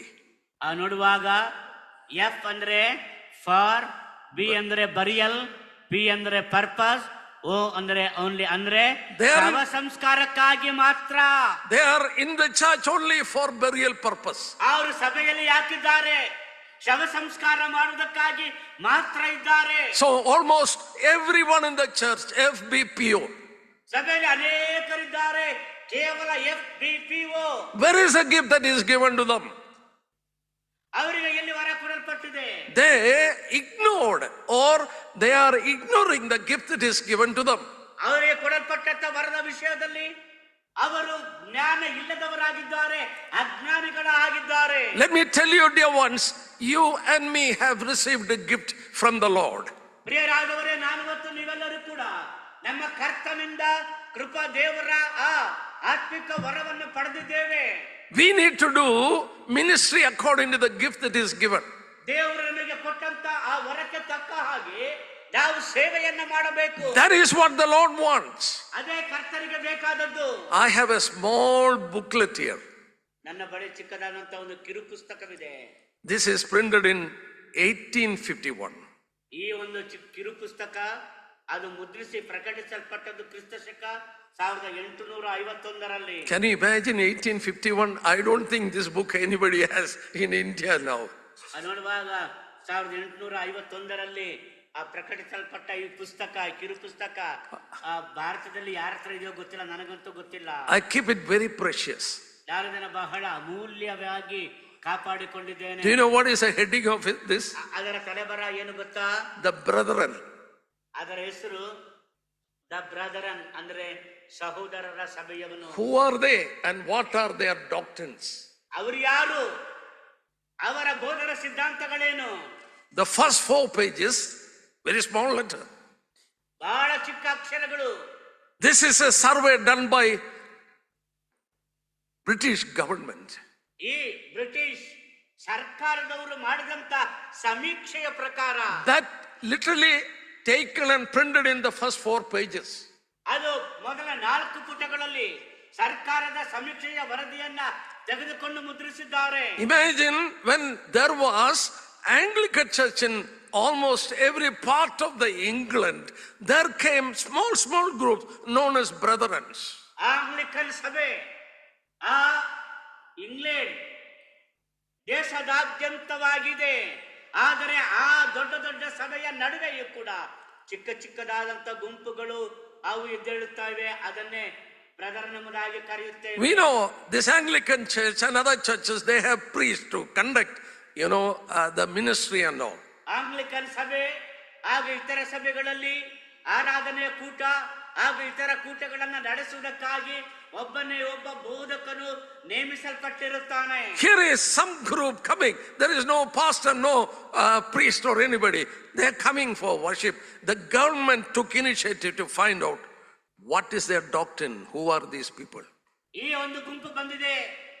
ಈ ಗುಂಪಿನಲ್ಲಿ ಒಬ್ಬ ಪಾಸ್ಟರ್ ಇಲ್ಲ, ನಾಯಕನಾಗಿ ಒಬ್ಬ ನೇಮಿಸಲ್ಪಟ್ಟಿಲ್ಲ. ಅವರೆಲ್ಲರೂ ಕೂಡ ಕೂಡಿ ಬರುತ್ತಾ ಇದ್ದಾರೆ. ಇಂಗ್ಲೆಂಡ್ನ ಸರ್ಕಾರ ಅವರ ಬಗ್ಗೆ ಮಾಹಿತಿಯನ್ನು ಸಂಗ್ರಹಿಸುವುದಕ್ಕಾಗಿ ಒಂದು ಸಮೀಕ್ಷೆಯನ್ನು ಮಾಡುತ್ತದೆ. Only one thing I want to take out from there. ಅದರಿಂದ ಒಂದೇ ಒಂದು ವಿಷಯವನ್ನ ನಾನು ಹೇಳುತ್ತೇನೆ. This is a government report. ಇದು ಆ ಇಂಗ್ಲೆಂಡಿನ ಸರ್ಕಾರದ ವರದಿ. Chiefly with regard to the ministry. ಪ್ರಾಮುಖ್ಯವಾಗಿ ಸೇವೆಯ ಕುರಿತಾಗಿ ಬಂದಂತ ವರದಿ. They say gifts never needed any human authorization. ನೋಡುವಾಗ ಅಲ್ಲಿ ಹೀಗೆ ಬರೆದಿದೆ, ದೇವರಿಂದ ಕೊಡಲ್ಪಡುವಂತಹ ಆ ಆತ್ಮಿಕ ವರಕ್ಕೆ ಸರ್ಕಾರದಿಂದ ಯಾವುದೇ ರೀತಿಯಾದಂತ ಅನುಮೋದನೆಯ ಅಗತ್ಯವಿಲ್ಲ. They found out that the risen Christ still gave gift for the church, for the ministry. ಆ ಇಂಗ್ಲೆಂಡ್ ಸರ್ಕಾರದವರೇ ಅರ್ಥ ಮಾಡಿಕೊಂಡವರು ಕರ್ತನಾಗಿರುವ ಯೇಸು ಕ್ರಿಸ್ತನು ತನ್ನ ಸಭೆಗೆ ಬೇಕಾದ ಆತ್ಮಿಕ ವರವನ್ನ, ಪವಿತ್ರಾತ್ಮನ ವರವನ್ನ ಕೊಟ್ಟಿದ್ದಾನೆ ಎಂಬುದನ್ನ ಅವರು ಪರಿಗಣಿಸಿದರು. And they teach that ministry should be done based on the gift that is given by the resurrected Lord. ಅದರಲ್ಲಿ ಅವರು ಬರೆಯುತ್ತಾರೆ, ಪುನರುತ್ಥಾನಗೊಂಡ ಕರ್ತನಾಗಿರುವ ಯೇಸು ಕ್ರಿಸ್ತರು ಕೊಟ್ಟಂತಹ ಆ ಆತ್ಮಿಕ ವರಕ್ಕೆ ಅನುಸಾರವಾಗಿಯೇ ಅವರು ಸಭೆಯನ್ನು ನಡೆಸಬೇಕು, ಸೇವೆಯನ್ನ ಮಾಡಬೇಕು. Keep it in mind, from around 570 to 1517, the church has gone into dark age. ಕ್ರಿಸ್ತ ಶಕ 570ರಿಂದ ಕ್ರಿಸ್ತ ಶಕ 1517ರವರೆಗೆ ಈ ಸಭೆಗಳೆಲ್ಲವೂ ಕೂಡ ಕಗ್ಗತ್ತಲೆಯ ವರ್ಷಗಳಲ್ಲಿ ಹಾದು ಹೋದವು. People were not allowed to read the Bible. ಜನರು ಯಾರು ದೇವರ ವಾಕ್ಯವನ್ನ ಓದುವುದಕ್ಕೆ ಅನುಮತಿಸಲ್ಪಟ್ಟಿರಲಿಲ್ಲ. So it is called in the history as the history of dark age. ಆದ್ದರಿಂದಲೇ ಚರಿತ್ರೆಯಲ್ಲಿ ಆ ದಿನಗಳನ್ನ ಕತ್ತಲೆಯ ಯುಗ ಎಂದು ಕರೆಯುತ್ತಾರೆ. All kind of evil doctrine what priests were teaching was adopted in the church and they had to follow. ಆ ದಿನಗಳಲ್ಲಿದ್ದಂತ ಯಾಜಕರು ಬೋಧಿಸುತ್ತಾ ಇದ್ದಂತ ಕೆಟ್ಟ ದೇವರ ವಾಕ್ಯಕ್ಕೆ ವಿರುದ್ಧವಾದಂತಹ ಬೋಧನಾ ಸಿದ್ಧಾಂತಗಳೆಲ್ಲವೂ ಕೂಡ ಆ ದಿನಗಳಲ್ಲಿ ಪ್ರಚಲಿತವಾಗಿದ್ದವು. In 1517 Reformation by Martin Luther, it is only 500 years, little more than 500 years, the Reformation has happened. ನೋಡುವಾಗ 500 ವರ್ಷಗಳಲ್ಲಿಯೇ ಕ್ರಿಸ್ತ ಶಕ 1517ರಲ್ಲಿ ಮಾರ್ಟಿನ್ ಲೂಥರ್ನ ಮೂಲಕವಾಗಿ ಧರ್ಮ ಸುಧಾರಣಾ ಚಳುವಳಿಯು ಪ್ರಾರಂಭವಾಯಿತು. They brought out salvation is not by work, not by buying the things sold by churches. It is by free gift given by God. Righteousness is by faith. ಆಗ ಅವರು ಕಂಡುಹಿಡಿದದ್ದು ರಕ್ಷಣೆ ಅನ್ನುವಂಥದ್ದು ಆ ದಿವಸಗಳಲ್ಲಿ ಪ್ರಚಲಿತವಾಗಿದ್ದಂತಹ ಪಾಪ ಕ್ಷಮಾಪಣಾ ಪತ್ರದ ಮಾರಾಟದಿಂದ ಬರುವುದಿಲ್ಲ. ಅದು ಕೇವಲ ಕೃಪೆಯಿಂದಲೇ ಉಚಿತವಾಗಿ ಕ್ರಿಸ್ತನ ಮೂಲಕವಾಗಿ ಕೊಡಲ್ಪಟ್ಟದ್ದು ಎಂಬುದನ್ನು ಕಂಡುಹಿಡಿದರು. Even they were not able to find out other doctrines of the church. ಆದರೂ ಕೂಡ ಅವರು ಸಭೆಯ ಬೇರೆ ಬೇರೆ ಬೋಧನಾ ಸಿದ್ಧಾಂತಗಳನ್ನ ಕಂಡುಹಿಡಿಯಲಿಕ್ಕಾಗಲಿಲ್ಲ. Who found out these doctrines that was buried before the dark age? ಆ ಕತ್ತಲೆಯ ಯುಗದಲ್ಲಿ ಈ ಬೋಧನಾ ಸಿದ್ಧಾಂತಗಳೆಲ್ಲವೂ ಕೂಡ ಅವು ಸಮಾಧಿ ಮಾಡಲ್ಪಟ್ಟಿದ್ದವು. It is our forefathers. ಇದು ನಮ್ಮ ಮೂಲ ಪಿತೃಗಳು. In 1830s and all, Brethren movement started. ಕ್ರಿಸ್ತ ಶಕ 1830ರ ನಂತರ ಈ ಒಂದು ಬ್ರದರನ್ ಚಳುವಳಿ ಪ್ರಾರಂಭವಾಯಿತು. They brought out all the doctrine that was buried in the dark age. ಆ ಕತ್ತಲೆಯ ಯುಗದಲ್ಲಿ ಸಮಾಧಿ ಮಾಡಲ್ಪಟ್ಟಿದ್ದಂತಹ ಆ ಎಲ್ಲ ಉಪದೇಶ ಬೋಧನೆಗಳನ್ನ ಹೊರತೆಗೆದರು. They are the one who taught after 1000 years that the ministry should be done based on the gift given by the resurrected Lord. 1000 ವರ್ಷಗಳ ನಂತರ ಅವರು ಕಂಡುಹಿಡಿದದ್ದು ದೇವರು ಕೊಟ್ಟಂತಹ ಆ ಆತ್ಮಿಕ ವರಗಳಿಗೆ ತಕ್ಕ ಹಾಗೆಯೇ ಪವಿತ್ರಾತ್ಮನ ವರಗಳಿಗೆ ತಕ್ಕ ಹಾಗೆಯೇ ಸಭೆಯ ಸೇವೆ ನಡೆಯಬೇಕೆಂಬುದನ್ನ ಕಂಡುಕೊಂಡರು. I have the proof here. That's why I keep it very precious. ನೋಡುವಾಗ ನನ್ನಲ್ಲಿ ಆ ಪುರಾವೆ ಇದೆ, ಆದ್ದರಿಂದಲೇ ಅಮೂಲ್ಯವಾದದನ್ನು ನಾನು ಹಾಗೆಯೇ ಭದ್ರವಾಗಿಟ್ಟುಕೊಂಡಿದ್ದೇನೆ. Our fathers have found out that. ನಮ್ಮ ಆ ಪಿತೃಗಳು ಅವುಗಳನ್ನು ಕಂಡು ಹಿಡಿದರು. How to serve God. ದೇವರ ಸೇವೆ ಮಾಡುವುದು ಹೇಗೆ? It is through the gift that is given to us. ನಮಗೆ ಕೊಡಲ್ಪಟ್ಟಂತಹ ವರಗಳಿಗೆ ಅನುಸಾರವಾಗಿ ನಾವು ಸೇವೆ ಮಾಡಬೇಕು. If a man is given gift of teaching, he should be in teaching. If exhortation, in exhortation. If prophecy, he has to be in prophecy. This is what you read in Romans. ಅನರ್ಥವೇ ಅದನ್ನು ಹೇಳ್ತಾನೆ, ದೇವರು ನಮಗೆ ಕೃಪೆ ಮಾಡಿದ ಪ್ರಕಾರ ನಾವು ಬೇರೆ ಬೇರೆ ವರಗಳನ್ನು ಹೊಂದಿದ್ದೇವೆ. ಹೊಂದಿದವರು ಪ್ರವಾದನೆ ರೂಪವಾಗಿದ್ದರೆ ನಮ್ಮ ವಿಶ್ವಾಸ ವರಕ್ಕೆ ತಕ್ಕ ಹಾಗೆ ಪ್ರವಾದನೆ ಇರೋಣ. ಅದು ಸಭಾ ಸೇವೆಯ ರೂಪವಾಗಿದ್ದರೆ ಸಭಾ ಸೇವೆಯನ್ನು ಮಾಡುತ್ತಾ ಇರೋಣ. ಬೋಧಿಸುವವನು ಬೋಧಿಸುವುದರಲ್ಲಿಯೂ ಬುದ್ಧಿ ಹೇಳುವವನು ಬುದ್ಧಿ ಹೇಳುವುದರಲ್ಲಿಯೂ ನಿರತನಾಗಿರಲಿ. I just wanted to clarify certain things here. ಇಲ್ಲಿ ನಾನು ಕೆಲವು ಸಂಗತಿಗಳನ್ನ ನಾನು ಕ್ಲಾರಿಫೈ ಮಾಡುತ್ತೇನೆ ಅಥವಾ ಅದಕ್ಕೆ ನಾನು ಅರ್ಥ ವಿವರಣೆ ಕೊಡುತ್ತೇನೆ. Many have doubts that whether this talent is a gift. Some say I don't have any talents. ಕೆಲವರು ಹೇಳುತ್ತಾರೆ ಒಂದೇ ಒಂದು ಮುಖ್ಯವಾದಂತ ಪ್ರಶ್ನೆ ಏನಂದ್ರೆ ತಲಾಂತು ಆತ್ಮಿಕ ವರವಾಗಿದೆಯಾ? These two are two things. ಒಂದು ಕಡೆ ತಲಾಂತುಗಳಿವೆ, ಮತ್ತೊಂದು ಕಡೆ ಆ ಪವಿತ್ರಾತ್ಮರ ಆತ್ಮಿಕ ವರಗಳಿವೆ. Singing is a talent. ಹಾಡುಗಳನ್ನು ಹಾಡುವುದು ಅದೊಂದು ತಲಾಂತು. That is not the gift. ಅದು ವರವಲ್ಲ. That is the reason even unbelievers have the talent of singing. ಆದ್ದರಿಂದ ಅವಿಶ್ವಾಸಿಗಳು ಕೂಡ ಹಾಡುಗಳನ್ನು ಹಾಡುವಂತಹ ತಲಾಂತುಗಳನ್ನು ಹೊಂದಿದ್ದಾರೆ. You get it through your genes, through your parents, fathers. ನಿಮ್ಮ ತಂದೆ ತಾಯಿಗಳ ಮೂಲಕವಾಗಿ ನೀವು ಆ ಒಂದು ಜೀನ್ಸ್ ಅನ್ನು ಹೊಂದಿದವರಾಗುತ್ತೀರಿ. In Kerala there is a great singer, his name is Yeshudas. ಕೇರಳದಲ್ಲಿ ಒಬ್ಬ ಹಾಡುಗಾರ ಇದ್ದಾನೆ, ಆತನ ಹೆಸರು Yesudas. His father was a singer. ಆತನ ತಂದೆಯು ಕೂಡ ಒಬ್ಬ ಹಾಡುಗಾರನಾಗಿದ್ದನು. Now Yeshudas' son is a singer. Yesudas ಅವರ ಮಗ ವಿಜಯ ಯೇಸುದಾಸ್ ಅವನು ಕೂಡ ಹಾಡುಗಾರನೇ. In that family, through the genes, they have this talent. ಅವರ ಕುಟುಂಬದಲ್ಲಿಯೇ ಅವರು ಈ ರೀತಿಯಾದಂತಹ ಆ ಒಂದು ವಂಶಾವಳಿಯನ್ನ ಜೀನ್ಸ್ ಅನ್ನು ಹೊಂದಿದ್ದಾರೆ. It benefits mankind generally. ನೋಡುವಾಗ ಅದು ಮನುಷ್ಯನಿಗೆ ಬರುವಂತದ್ದಾಗಿದೆ. But they don't have spiritual gift. ಆದರೆ ಅವು ಆತ್ಮಿಕ ವರಗಳಲ್ಲ. Spiritual gift is given by the resurrected Lord to the people who are saved. ಆತ್ಮಿಕ ವರಗಳು ಅಂದರೆ ಪುನರುತ್ಥಾನಗೊಂಡ ಕರ್ತನಾಗಿರುವ ಯೇಸು ಕ್ರಿಸ್ತನು ವಿಶ್ವಾಸಿಗಳಿಗೆ ತನ್ನವರಿಗೆ ಆತನು ಕೊಡುವಂತದ್ದೇ ಆತ್ಮಿಕ ವರಗಳು. It is for the benefit of the Christ body, for the ministry of the church. ಕ್ರಿಸ್ತನ ದೇಹವಾಗಿರುವ ಸಭೆಯ ಸೇವೆಗೋಸ್ಕರವಾಗಿಯೇ ಕರ್ತನಾಗಿರುವ ಯೇಸು ಕ್ರಿಸ್ತನು ಕೊಟ್ಟದ್ದು ವರಗಳು. That is what we read in 1 Peter 4:11. ಅದನ್ನು ನಾವು 1 ಪೇತ್ರ 4:11 ಓದಿದ್ದೇವೆ. If anyone minister, let him do according to the ability the Lord has given. ಅಲ್ಲಿ ದೇವರ ವಾಕ್ಯ 7:4 The Lord gives the ability to do the ministry. ಒಬ್ಬನು ಬೋಧಿಸುವವನಾದರೆ ದೈವೋಕ್ತಿಗಳನ್ನು ನುಡಿಯುವವನಾಗಿ ಬೋಧಿಸಲಿ, ಒಬ್ಬನು ಸಭೆಯ ಸೇವೆ ಮಾಡುವವನಾದರೆ ದೇವರಿಂದ ಶಕ್ತಿಯನ್ನು ಹೊಂದಿದವನಾಗಿ ಮಾಡಲಿ. One thing more, let me clarify. ಮತ್ತೊಂದು ಸಂಗತಿಯನ್ನ The gift of the Spirit and the fruit of the Spirit is different.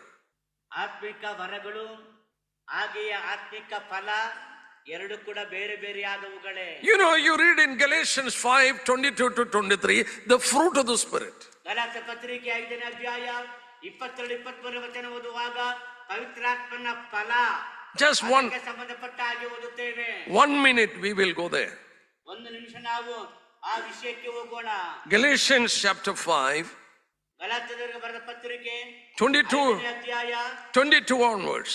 22ನೇ ವಚನದಿಂದ Fruit of the Spirit is love, joy, peace, long suffering, kindness, goodness, faithfulness, gentleness, self control.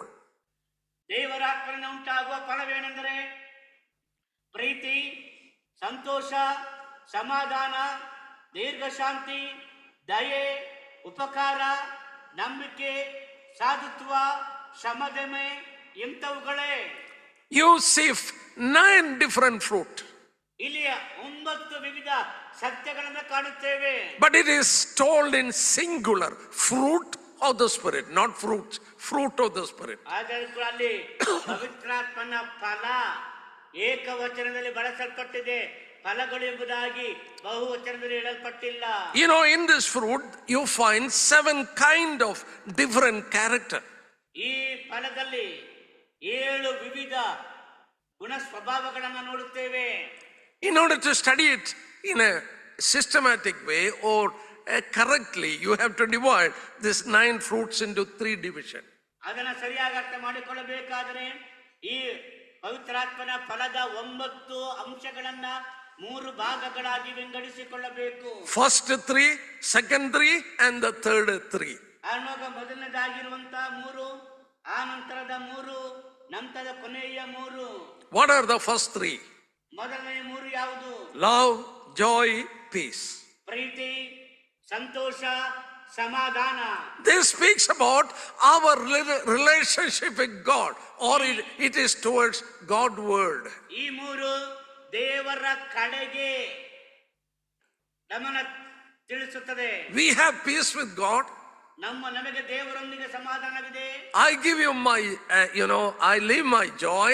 ನಾನು ನನ್ನ ಸಮಾಧಾನವನ್ನ, ಶಾಂತಿಯನ್ನ, ಸಂತೋಷವನ್ನ ನಿಮಗೆ ಕೊಡುತ್ತೇನೆ. The love of God is set into our hearts. ದೇವರ ಪ್ರೀತಿಯು ನಮ್ಮ ಹೃದಯಗಳಲ್ಲಿ ಅದು ಸುರಿಯಲ್ಪಟ್ಟಿದೆ. First 3 fruit is God word. ಆ ಪವಿತ್ರಾತ್ಮನ ಫಲದ ಮೊದಲ 3 ಅಂಶಗಳು ದೇವರ ಕಡೆಗಿನವುಗಳು. Second 3 cluster. ಎರಡನೇದಾಗಿ ನೋಡುವಾಗ patience, kindness, goodness. ದೀರ್ಘಶಾಂತಿ, ದಯೆ, ಉಪಕಾರ. This especially speaks our relationship to mankind or others. ಈ 3 ಮನುಷ್ಯರೊಂದಿಗಿನ ಸಂಬಂಧ ಅಥವಾ ಇತರರೊಂದಿಗಿನ ಸಂಬಂಧವನ್ನ ಕುರಿತಾಗಿ ಮಾತನಾಡುತ್ತದೆ. Yes, we should be patient, we should be kind, we should be good to others. ಹೌದು, ನಾವು ದೀರ್ಘಶಾಂತಿಯುಳ್ಳವರಾಗಿರಬೇಕು, ದಯೆಯುಳ್ಳವರಾಗಿರಬೇಕು.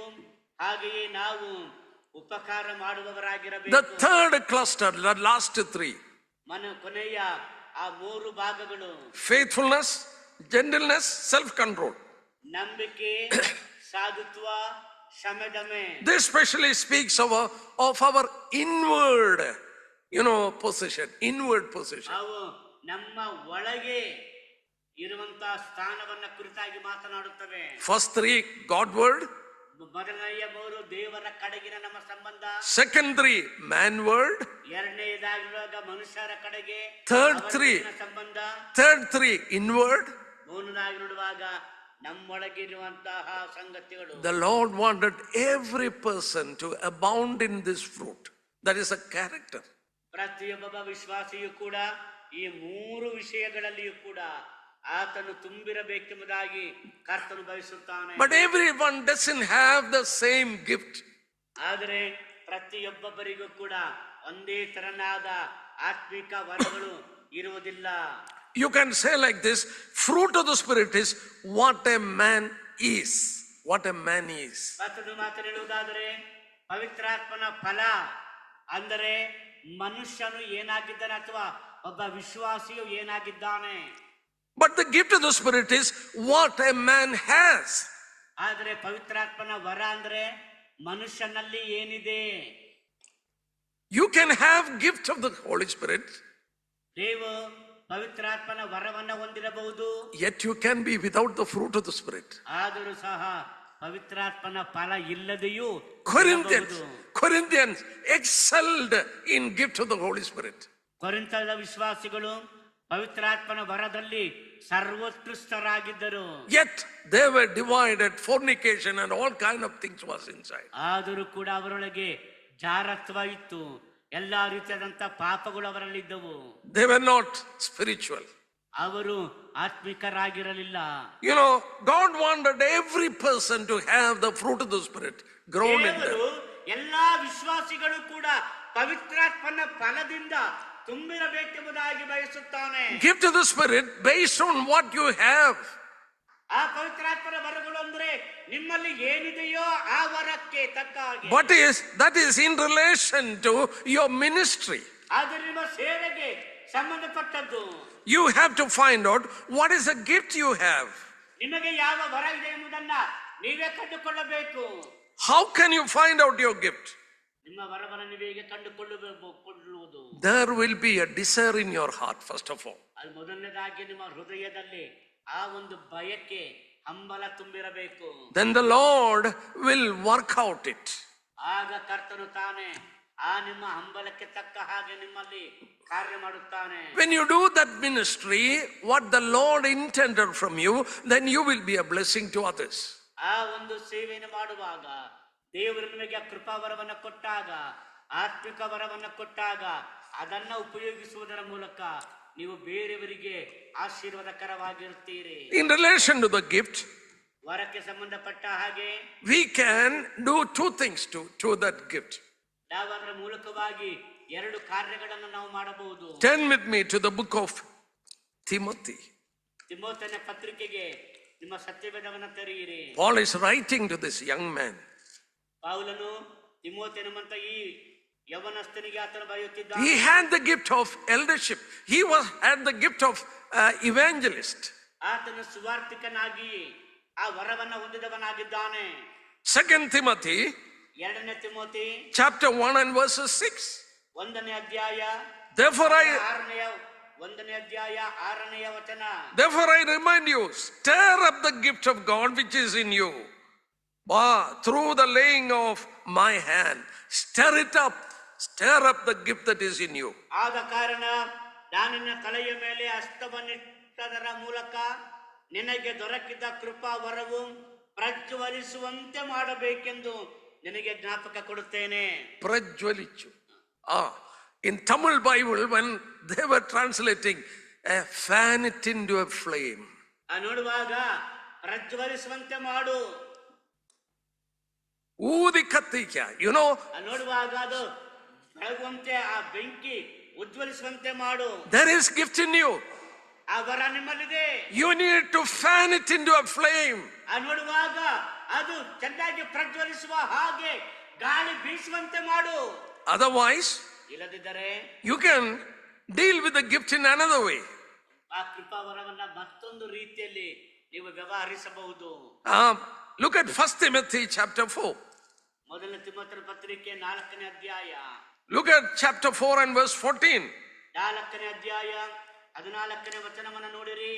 Do not neglect the gift that is in you, which was given to you by prophecy, with the laying on of the hand of the eldership. ನಿನ್ನಲ್ಲಿರುವ ವರವನ್ನು ಅಲಕ್ಷ್ಯ ಮಾಡಬೇಡ. ಸಭೆಯ ಹಿರಿಯರು ಪ್ರವಾದನೆಯ ಸಹಿತವಾಗಿ ನಿನ್ನ ಮೇಲೆ ಹಸ್ತಗಳನ್ನಿಟ್ಟಾಗ ಅದು ನಿನಗೆ ಕೊಡಲ್ಪಟ್ಟಿತಲ್ಲ. Oh Timothy, you can neglect the gift that is given to you. ತಿಮೋಥೆಯನೇ, ನಿನಗೆ ಕೊಡಲ್ಪಟ್ಟಂತಹ ಆ ಒಂದು ಆತ್ಮನ ವರವನ್ನ, ಕೃಪಾ ವರವನ್ನ ನೀನು ಅಲಕ್ಷ್ಯ ಮಾಡಲಬಹುದು. Or you can fan it into a flame, Timothy. ಅಥವಾ ಅದು ಪ್ರಜ್ವಲಿಸುವ ಹಾಗೆ ಗಾಳಿ ಬೀಸುವಂತೆ ಮಾಡಬಹುದು. ತಿಮೋಥೆಯನೇ, Everyone who is listening to me, ನನ್ನನ್ನು ಕೇಳಿಸಿಕೊಳ್ಳುತ್ತ ಪ್ರತಿಯೊಬ್ಬೊಬ್ಬರು, the Lord's ministry is doing based on the gift that is given from above by the resurrected Lord. ಪುನರುತ್ಥಾನಗೊಂಡಂತಹ ಕರ್ತನು ತಾನೇ ಆತನು ಮೇಲಿನಿಂದ ಕೊಡಲ್ಪಟ್ಟಂತಹ ಆ ವರಕ್ಕೆ ತಕ್ಕ ಹಾಗೆಯೇ ನಾವು ಸೇವೆಯನ್ನು ಮಾಡುವವರಾಗಿರಬೇಕು. The ability to do the ministry, that is the gift. ಆ ಸೇವೆಯನ್ನು ಮಾಡಲಿಕ್ಕೆ ಕರ್ತನಿಂದ ಕೊಡಲ್ಪಟ್ಟಂತ ಸಾಮರ್ಥ್ಯ ಅದೇ ವರ. If the Lord wanted to do something in my life, He will give me that ability to do. ದೇವರು ನಾನೇನಾದರೂ ಸಭೆಗಾಗಿ ಏನಾದರೂ ಮಾಡಬೇಕೆಂದರೆ ಆತನ ಅದಕ್ಕೆ ಬೇಕಾದಂತಹ ಸಾಮರ್ಥ್ಯವನ್ನ, ಬಲವನ್ನ, ಶಕ್ತಿಯನ್ನ ಆತನೇ ಕೊಡುತ್ತಾನೆ. If He wanted to be a teacher of His word, a preacher of the word, He will enable me. He will enable me. ದೇವರು ತಾನೇ ನಾನು ದೇವರ ಸಭೆಯಲ್ಲಿ ದೇವರ ವಾಕ್ಯವನ್ನ ಬೋಧಿಸುವವನಾಗಬೇಕೆಂದರೆ ಆತ ಅದಕ್ಕೆ ಬೇಕಾದ ಸಾಮರ್ಥ್ಯವನ್ನ ಕೊಟ್ಟು ನನ್ನನ್ನ ಬಲಪಡಿಸುತ್ತಾನೆ, ಸಮರ್ಥಗೊಳಿಸುತ್ತಾನೆ. He will give me that ability to do it. ಅದನ್ನು ಮಾಡಲಿಕ್ಕೆ ಬೇಕಾದಂತಹ ಸಾಮರ್ಥ್ಯ, ಶಕ್ತಿಯನ್ನ ಆತನ ನನಗೆ ಕೊಡುತ್ತಾನೆ. Or I can neglect it. ಅಥವಾ ನಾನು ಅದನ್ನ ನಿರ್ಲಕ್ಷ್ಯ ಮಾಡಲಬಹುದು. Why should I do all these things? Why should I take this burden? ನಾನು ಯಾಕೆ ಇದನ್ನೆಲ್ಲ ಮಾಡಬೇಕು? ನಾನು ಯಾಕೆ ಇದೆಲ್ಲ ಭಾರ ಹೊತ್ತುಕೊಳ್ಳಬೇಕು? You are neglecting the gift.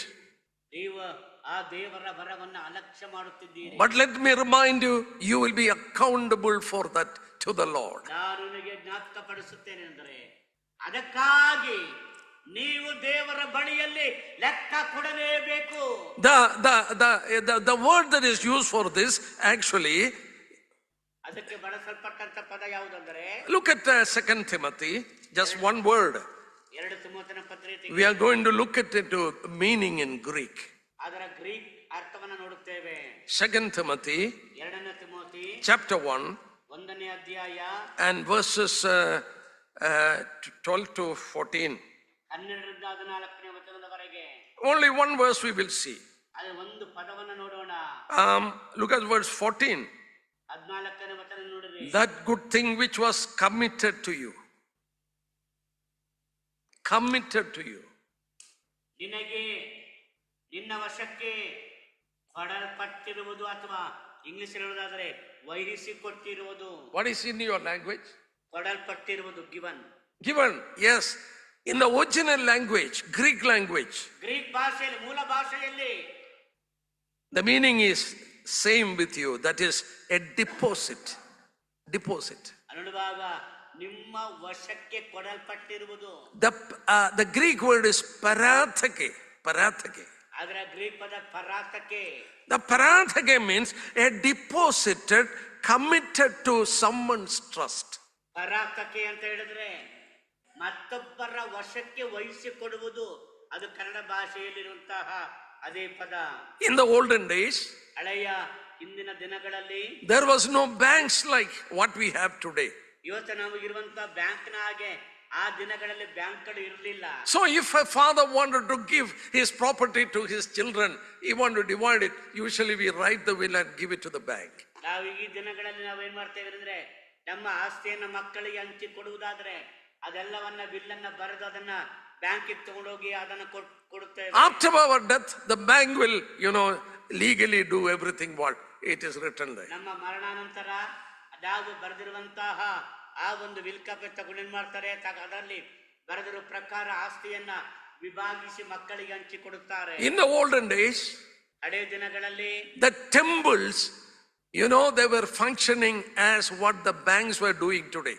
ಇವತ್ತು ಮಾಡುತ್ತಿರುವಂತಹ ಈ ಕೆಲಸಗಳನ್ನ ಆ ದಿವಸ ದೇವಾಲಯಗಳು ಮಾಡುತ್ತಿದ್ದವು. They trusted the temple and they deposited all these things into the temple, asked them to do everything as the father wanted after his death. ಆ ದೇವಾಲಯಗಳಲ್ಲಿ ಈ ಎಲ್ಲವನ್ನು ಕೂಡ ಬರೆದು ತಗೊಂಡು ಕೊಡ್ತಾ ಇದ್ರು. ಅವರು ಅದನ್ನ ಕಾಪಾಡುತ್ತಾ ಇದ್ರು. ಈ ತಂದೆಯ ಮರಣಾನಂತರ ಇವತ್ತಿನ ಬ್ಯಾಂಕ್ ಮಾಡುವ ಹಾಗೆ ಆವತ್ತೇನ್ ಮಾಡ್ತಾ ಇದ್ರೆ ದೇವಾಲಯದವರು ಆಸ್ತಿಯನ್ನ ವಿಭಾಗಿಸಿ ಮಕ್ಕಳಿಗೆ ಹಂಚಿಕೊಡುತ್ತಾರೆ. In the Greek language it is paratheke. Greek ಭಾಷೆಯಲ್ಲಿ ಆ ಪದ ಪರಾತಕೆ. Deposited by believing you. ನಿನ್ನಲ್ಲಿ ನಂಬಿಕೆ ಇಟ್ಟು ನಿನ್ನಲ್ಲಿ ಠೇವಣಿ ಇಡುವುದು. The bank has, used it 100% faithfully, and they have, fulfilled the obligation they had, what the Father has given to them. Bank ಆ ತಂದೆ ಹೇಳಿದ ಹಾಗೆಯೇ ಆ ದೇವಾಲಯ ಕೂಡ ಆ ರೀತಿಯ ನಂಬಿಗಸ್ತಿಕೆಯಿಂದಲೇ ಅವರ ವರ್ಷದಲ್ಲಿ ಇಟ್ಟುಕೊಂಡವರಾಗಿ ಅದನ್ನ ನಂತರ ದಿನಗಳಲ್ಲಿ ಹಂಚಿಕೊಡುತ್ತಿದ್ದರು. Paul says something is committed to me. ಪೌಲ ಹೇಳ್ತಾನೆ ನನ್ನ ವಶಕ್ಕೆ ಏನೋ ಕೊಡಲ್ಪಟ್ಟಿದೆ ಎಂದು ಹೇಳುತ್ತಾನೆ. He writes to Timothy that the deposit that is given to you. ಪೌಲ ಹೇಳ್ತಾನೆ ತಿಮೋಥೆಯನೇ ನಿನ್ನ ವಶಕ್ಕೆ ಠೇವಣಿಯಾಗಿ ಕೊಟ್ಟಿರುವುದನ್ನ ನೀನು ಸಂರಕ್ಷಿಸು. The Lord believed and given to you some deposit. ದೇವರು ನಿನ್ನನ್ನ ನಂಬಿ ನಿನ್ನ ವಶಕ್ಕೆ ಠೇವಣಿಯಾಗಿ ಕೊಟ್ಟಿದ್ದಾನೆ. That is the reason he told the one person with one talent who didn't trade, he asked him one thing: why didn't you give this my money to the money changers? ಅದಕ್ಕಾಗಿಯೇ ಕರ್ತನು ಹೇಳುತ್ತಾನೆ ಆ 1 ವರ ಕೊಟ್ಟವನಿಗೆ ಯಾಕೆ ಹೀಗೆ ಮಾಡಿದೆ, ನಾನು ನಿನ್ನ ವಶಕ್ಕೆ ಕೊಟ್ಟೆನಲ್ಲ, ಒಂದು ವೇಳೆ ನೀನು ಉಪಯೋಗಿಸದಿದ್ದರೆ ನೀನಾದ್ರೆ ಏನ್ ಮಾಡಬಹುದಿತ್ತು, he says it as my money. ಆತನು ಹೇಳ್ತಾನೆ ನನ್ನ ಹಣವನ್ನ believed me and deposited with me. ನನ್ನನ್ನು ನಂಬಿ ನನ್ನ ಮೇಲೆಯೇ ನಿನ್ನದನ್ನ ಠೇವಣಿ ಮಾಡಬಹುದು. You were not willing to trade for me. ನೀನು ನನಗೋಸ್ಕರವಾಗಿ ಆ ವ್ಯವಹಾರ ಮಾಡ್ಲಿಕ್ಕೆ ನಿನಗೆ ಇಷ್ಟವಿಲ್ಲ. What did you do? ನೀನೇನ್ ಮಾಡಿದೆ? Buried. ಅದನ್ನ But ಮುಚ್ಚಿ ಹಾಕಿದೆ ಅಥವಾ ಸಮಾಧಿ ಮಾಡಿದೆ. Turn with me to Luke's Gospel chapter 19. You find little more things there. ಲೂಕನ ಸುವಾರ್ತೆ 19ನೇ ಅಧ್ಯಾಯಕ್ಕೆ ತೆರೆಯಿರಿ, ಅಲ್ಲಿ ಇನ್ನೂ ಸ್ಪಷ್ಟವಾಗಿ ನಾವು ನೋಡ್ತೇವೆ. When that man who got that one mina, he came to the Lord. We read in 20 and 21. Then another came saying, Luke's. Then another came saying, Master, here is your mina, which I have kept put away into a handkerchief, which I feared you, because you are an austerity man. You collect what you did not deposit and reap what you did not sow. See what he has done? ನೋಡ್ತೇವೆ. ಬಳಿಕ ಮತ್ತೊಬ್ಬನು ಬಂದು, ದೊರೆಯೇ, ಈಗ ನೀನು ಕೊಟ್ಟ ಮೊಹರಿ, ನೀನು ಇಡದೆ ಇರುವುದನ್ನು ಎತ್ತುಕೊಂಡು ಹೋಗುವ, ಬಿತ್ತದೆ ಇರುವುದನ್ನು ಕೊಯ್ಯುವ ಕಠಿಣ ಮನುಷ್ಯನು ಎಂದು ನಿನಗೆ ಹೆದರಿಕೊಂಡು ಇದನ್ನು ವಸ್ತ್ರದಲ್ಲಿ ಕಟ್ಟಿ ಇಟ್ಟುಕೊಂಡೆನು ಅಂದನು. What did he do? ಏನ್ ಮಾಡ್ದ? Christ says, he took that mina, put it in a napkin and buried. ಆತನು ಆ ಮೊಹರಿಯನ್ನ ತೆಗೆದುಕೊಂಡು ಏನ್ ಮಾಡ್ತಾನೆ, ವಸ್ತ್ರದಲ್ಲಿ ಅಥವಾ ಬಟ್ಟೆಯಲ್ಲಿ ಸುತ್ತಿ ಆತನು ಮುಚ್ಚಿಡುತ್ತಾನೆ. What is the meaning of it? ಅದರ ಅರ್ಥವೇನು? In those days, ಆ ದಿನಗಳಲ್ಲಿ when the servants served the masters, ಒಬ್ಬ ಸೇವಕನು ಯಜಮಾನನಿಗೆ ಸೇವೆ ಮಾಡುವಾಗ they used to have a towel tied on their waist.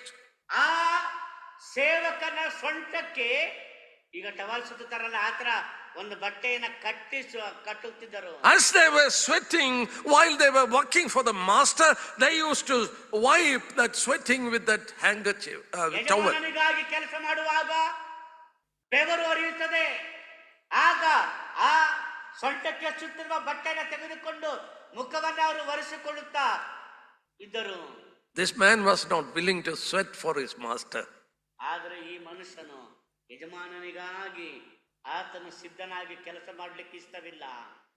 He took out that handkerchief, napkin, ಆತನ ಸೊಂಟಕ್ಕೆ ಕಟ್ಟಿದ್ದ ಬಟ್ಟೆಯನ್ನ ಆತನ ತೆಗೆಯುತ್ತಾನೆ. He don't want to sweat for his master. ತನ್ನ ಯಜಮಾನನಿಗಾಗಿ ಬೆವರು ಸುರಿಸಲಿಕ್ಕೆ ಅವನಿಗೆ ಇಷ್ಟ ಇಲ್ಲ. He buried his gift that is given to him. ಆ ಮೊಹರಿಯನ್ನ ಆ ಸೊಂಟಕ್ಕೆ ಕಟ್ಟಿದ ಬಟ್ಟೆಯಲ್ಲಿ ಸುತ್ತಿ ಅದನ್ನ ಮುಚ್ಚಿಡುತ್ತಾನೆ ಅಥವಾ ಸಮಾಧಿ ಮಾಡುತ್ತಾನೆ. He neglected the gift that was given. ಅವನಿಗೆ ಕೊಟ್ಟಂತ ವರವನ್ನ ಆತನು ಅಲಕ್ಷ್ಯ ಮಾಡಿದನು. But you want to be profitable? ಆತನು ಪ್ರಯೋಜನಕಾರಿಯಾಗಿರುತ್ತಾನ. You need to fan it into a flame. ನೀವು ಕೊಡಲ್ಪಟ್ಟಂತ ವರವನ್ನ ಪ್ರಜ್ವಲಿಸುವಂತೆ ಮಾಡಬೇಕು. Let me say to you a little testimony of me. ನನ್ನ ಕುರಿತಾಗಿ ನಾನು ಒಂದು ಸಾಕ್ಷಿಯನ್ನು ನಿಮ್ಮೊಂದಿಗೆ ಹಂಚಿಕೊಳ್ಳುತ್ತೇನೆ. When I stand before you, ನಾನು ನಿಮ್ಮ ಮುಂದೆ ನಿಂತಾಗ, let me tell you, I am not a Bible school product. ನಾನು ಹೇಳುತ್ತೇನೆ, ನಾನು ಬೈಬಲ್ ಸ್ಕೂಲ್ನಲ್ಲಿ ಕಲಿತು ಬಂದವನಲ್ಲ. I am not against it. ನಾನು ಅದಕ್ಕೆ ವಿರುದ್ಧವಾದವನು. But we have a wrong thinking that if you want to be in the ministry, you should be a product of a Bible school. ಕರ್ತನ ಸೇವೆಯಲ್ಲಿ ಇರಬೇಕಾದರೆ ಬೈಬಲ್ ಸ್ಕೂಲ್ನಲ್ಲಿ ಓದಿ ಬಂದಿರಬೇಕೆನ್ನುವಂತ ತಪ್ಪಾದಂತಹ ಅರ್ಥ ನಮ್ಮ ಮನಸ್ಸಿನಲ್ಲಿ ಇದೆ. That is not the Bible teaching. ಅದನ್ನ ದೇವರ ವಾಕ್ಯ ಬೋಧಿಸುವುದಿಲ್ಲ. Bible is teaching you need to do the ministry based on the gift that is given. ದೇವರ ವಾಕ್ಯ ಹೇಳುತ್ತದೆ, ದೇವರಿಗೆ ಕೊಟ್ಟಂತಹ ಆತ್ಮಿಕವರ ಕೃಪಾವರಕ್ಕೆ ಅನುಸಾರವಾಗಿ ನೀವು ಸಭೆಯಲ್ಲಿ ಕರ್ತನ ಸೇವೆಯನ್ನ ಮಾಡಬೇಕೆಂದು. You need to stir it up. ನಿನ್ನಲ್ಲಿರುವಂತ ವರವನ್ನ ನೀನು ಬೆಳಕು ಪ್ರಜ್ವಲಿಸುವಂತೆ ಮಾಡಬೇಕು. Let me tell you, I resigned my job in 1994. ನಾನು 1994ರಲ್ಲಿ ನನ್ನ ಕೆಲಸಕ್ಕೆ ನಾನು ಉದ್ಯೋಗಕ್ಕೆ ನಾನು ರಾಜೀನಾಮೆ ಕೊಟ್ಟೆನು. 18 years I worked abroad as a secular person.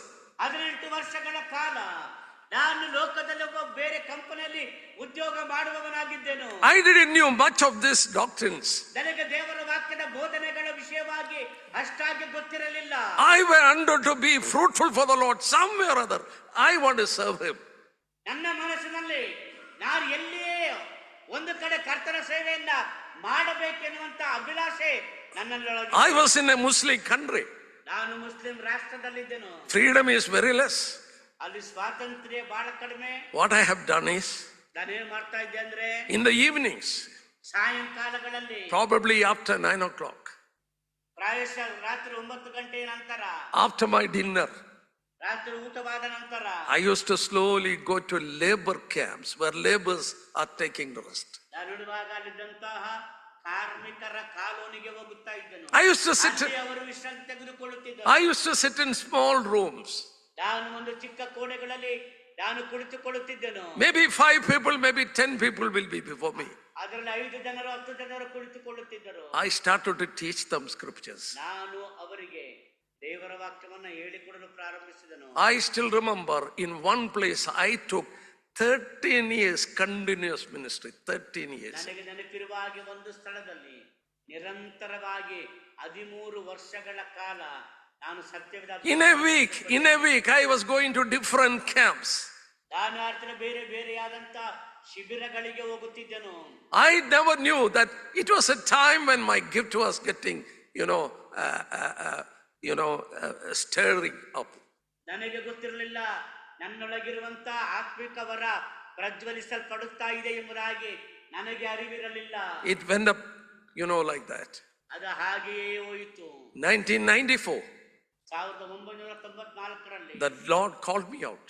ಕರ್ತನು ನನ್ನನ್ನ ಹೊರಗೆ ಕರೆದನು. I resigned my job.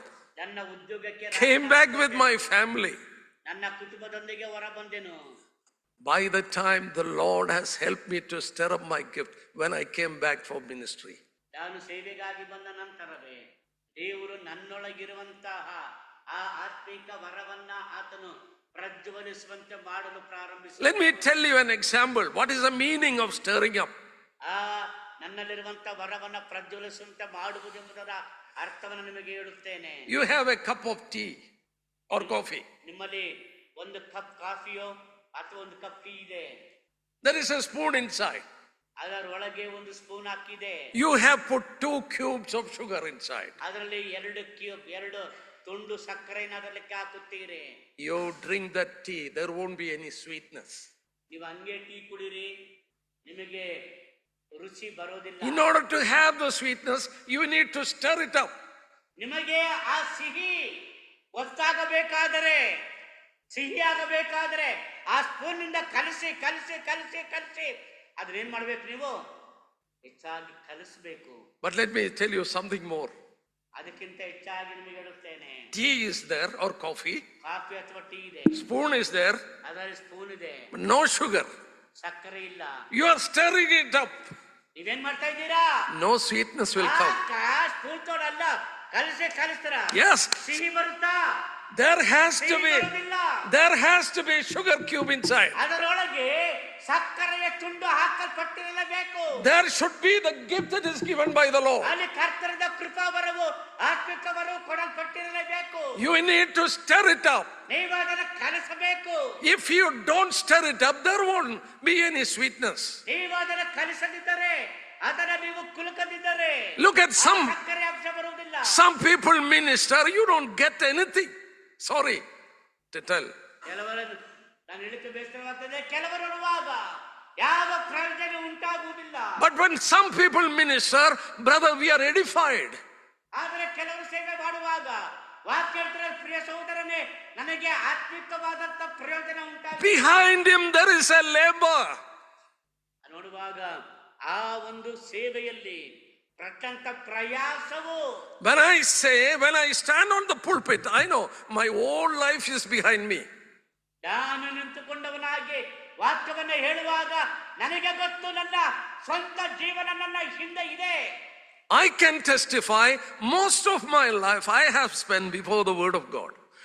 ನಾನು ಹೇಳುತ್ತೇನೆ, ಸಾಕ್ಷೀಕರಿಸಿ ಹೇಳುತ್ತೇನೆ, ಈ ಸಂದೇಶಗಳನ್ನು ಕೊಡುವುದಕ್ಕಿಂತ ಮುಂಚೆ ಹೆಚ್ಚಾದ ಸಮಯ ನಾನು ಈ ವಾಕ್ಯದೊಂದಿಗೆ ಕಳೆದಿದ್ದೇನೆ.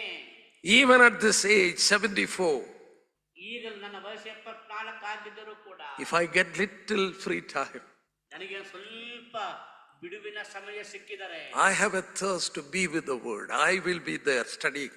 ನನಗೆ ಒಂದು ದಾಹ ಇದೆ, ದೇವರ ವಾಕ್ಯದೊಂದಿಗೆ ಇರಬೇಕು, People have asked, ವಾಕ್ಯ ಓದಬೇಕು. people have asked me, how can you sit like this? ಜನ ಕೇಳ್ತಾರೆ, ನೀನು ಹೇಗೆ ಈ ರೀತಿ ಕುಳಿತುಕೊಳ್ತೀಯಾ? That is a desire he has given in my heart. ಆ ಒಂದು ಹಂಬಲವನ್ನ, ಆ ಒಂದು ಅಭಿಲಾಷೆಯನ್ನ ಕರ್ತನು ನನ್ನೊಳಗೆ ಕೊಟ್ಟಿದ್ದಾನೆ. I am not a Bible school product. ನಾನು ಬೈಬಲ್ ಸ್ಕೂಲ್ನಲ್ಲಿ ಓದಿ ಬಂದವನಲ್ಲ. But I can testify, many have come to the Lord through the ministry I have done. ಅನ್ನುವಾಗ ನಾನು ಸಾಕ್ಷೀಕರಿಸ್ತೇನೆ, ನಾನು ಮಾಡಿದ ಕರ್ತನ ಸೇವೆಯ ಮೂಲಕವಾಗಿ ಅನೇಕರು ಕರ್ತನ ಕಡೆಗೆ ಬಂದಿದ್ದಾರೆ. Many Hindus have come to the Lord. ಅನೇಕ ಹಿಂದೂಗಳು ಕರ್ತನ ಬಳಿಗೆ In ಬಂದಿದ್ದಾರೆ. the camps I was doing the ministry, so many were saved, baptized. They came in the fellowship with the assembly. ಅನೇಕ ಶಿಬಿರಗಳಿಗೆ ಹೋಗಿದ್ದೇನೆ, ಅಲ್ಲಿ ವಾಕ್ಯವನ್ನ ಹೇಳಿದ್ದೇನೆ. ಅನೇಕರು ಕರ್ತನನ್ನ ನಂಬಿ ದೀಕ್ಷಾತನ ತೆಗೆದುಕೊಂಡು ಸಭೆಗಳಲ್ಲಿದ್ದಾರೆ. In the Bangalore, there is an elder who was saved in one of the camp. You know, when I was ministering there, he came to my home, knelt before me. He was a Catholic. But now he is an elder here in one assembly in Bangalore. ಬೆಂಗಳೂರಿನಲ್ಲಿನ ಸಭೆಗಳಲ್ಲಿ ಒಬ್ಬ ಸಭಾಹಿರ ಇದ್ದಾನೆ. ಆ ಸಭಾಹಿರನು ಕೂಡ ಹಿಂದೆ ನಡೆದಂತ ಒಂದು ಕ್ಯಾಂಪ್ನಲ್ಲಿ ಕರ್ತನನ್ನ ಅಂಗೀಕಾರ ಮಾಡಿಕೊಂಡವನು. ಒಂದು ಸಮಯ ಆತನ ನನ್ನ ಮುಂದೆ ಬಂದು ಮೊಣಕಾಲೂರಿ, ಆತನು ಕರ್ತನನ್ನ ಅಂಗೀಕಾರ ಮಾಡಿಕೊಂಡಿದ್ದೇನೆಂಬುದಾಗಿ ಆತನು ಹೇಳಿದನು. ಸಂತೋಷವನ್ನು ಇವತ್ತು ಬೆಂಗಳೂರಿನ ಒಂದು ಸಭೆಯ ಹಿರಿಯನಾಗಿದ್ದಾನೆ. Stir up the gift. ನಿನಗಿರುವಂತ ವರವನ್ನ ಕದಡು, fan it into a flame. ಅದನ್ನ ಆ ಒಂದು ಗಾಳಿಯಾಗಿ ಪ್ರಜ್ವಲಿಸುವಂತೆ ಮಾಡು. You know, there is a commandment given in 1 Thessalonians chapter 5. ಮೊದಲನೇ ಥೆಸಲೋನಿಕ ಪತ್ರಿಕೆ 5ನೇ ಒಂದು ಆಜ್ಞೆ ಕೊಡಲ್ಪಟ್ಟಿದೆ. We will look into it because it is very important. ಅದನ್ನ ನೋಡೋಣ, ಅದು ಬಹಳ ಪ್ರಾಮುಖ್ಯವಾದದ್ದು. 1 Thessalonians chapter 5. ಒಂದು ಥೆಸಲೋನಿಕ 5ನೇ ಅಧ್ಯಾಯ verses 19. 19ನೇ ವಾಕ್ಯ. Do not quench the fire as the spirit. ವಾಕ್ಯ ಹೇಳುತ್ತದೆ, do not quench the spirit. ದೇವರ ಪವಿತ್ರಾತ್ಮನನ್ನ ನಂದಿಸಬೇಡಿರಿ. Quenching is in relation to fire. ನಂದಿಸುವುದು ಅಂತ ಹೇಳಿದರೆ ಅದು ಬೆಂಕಿಯ ಸಂಬಂಧದಲ್ಲಿ ಹೇಳಲ್ಪಟ್ಟ ಮಾತು. Holy Spirit is compared to many things in the scripture. ದೇವರ ವಾಕ್ಯದಲ್ಲಿ ಪವಿತ್ರಾತ್ಮನು ಅನೇಕ ಸಂಗತಿಗಳಿಗೆ ಹೋಲಿಕೆ ಮಾಡಲ್ಪಟ್ಟಿದ್ದಾನೆ. In the Leviticus offering, Holy Spirit stands for the oil that is used, even the anointing oil. ಯಾಜಕ ಕಾಂಡದಲ್ಲಿ ಬರುವಾಗ ಅಭಿಷೇಕಕ್ಕಾಗಿ ತೈಲವನ್ನ ಉಪಯೋಗಿಸುವಾಗ ಅಭಿಷೇಕದ ತೈಲವಾಗಿ ಪವಿತ್ರಾತ್ಮನನ್ನ ನೋಡುತ್ತೇವೆ. Wind is used for the Holy Spirit. ಆ ನೋಡುವಾಗ ಗಾಳಿ ಅದು ಪವಿತ್ರಾತ್ಮನಿಗೆ ಹೋಲಿಕೆಯಾಗಿದೆ. For our study, it is used in fire, as a fire.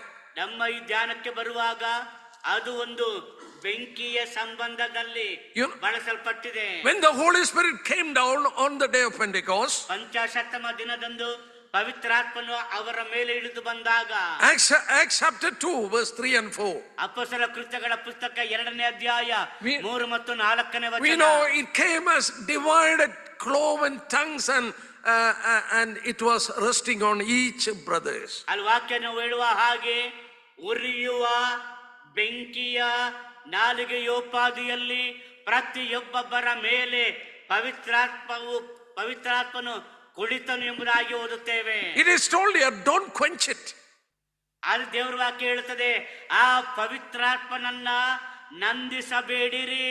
What was the problem with the Thessalonians? ಥೆಸಲೋನಿಕದವರಿಗಿದ್ದಂತ ಸಮಸ್ಯೆ ಏನು? The Thessalonian eldership was trying to suppress the young people who were rising to do the ministry. ಕರ್ತನ ಸೇವೆಯನ್ನು ಮಾಡುವುದಕ್ಕೋಸ್ಕರವಾಗಿ ಎದ್ದು ಬರುತ್ತಾ ಇದ್ದಂತ ಯವನಸ್ಥರನ್ನ, ಥೆಸಲೋನಿಕ ಸಭೆಯ ನಾಯಕತ್ವದಲ್ಲಿ ಇರುವವರವರನ್ನ ಅಮುಕಿ ಕೆಳಗೆ ಬಿಡುತ್ತಿದ್ದರು. Paul wrote them, stop putting out the Spirit's fire. ಪೌಲ ಹೇಳ್ತಾರೆ, ನಿಲ್ಲಿಸಿರಿ, ದೇವರ ಪವಿತ್ರಾತ್ಮನನ್ನ ನಂದಿಸಬೇಡಿರಿ. Let it shine out. ಅದು ಹೊಳೆಯಲ್ಪಡಲಿ. It came as fire. It wanted to flare up and shine to others.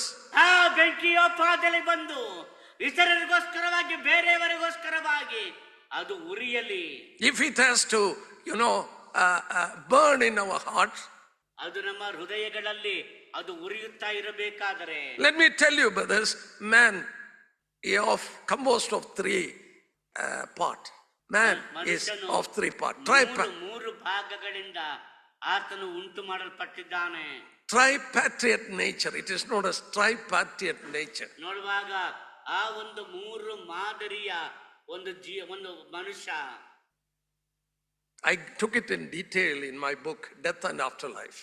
ಅರಳುವಾಗ ಮರಣ ಮತ್ತು ಮರಣಾನಂತರ ಜೀವನ ಅನ್ನುವಂಥ ಪುಸ್ತಕದಲ್ಲಿ ನಾನು ಅದನ್ನು ವಿವರಿಸಿದ್ದೇನೆ. We have a body.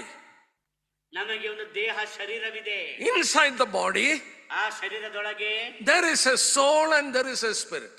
ಅಲ್ಲಿ ಪ್ರಾಣ ಇದೆ, ಹಾಗೆಯೇ ಆತ್ಮ ಇದೆ. How to serve God? We were thinking in Romans chapter 12.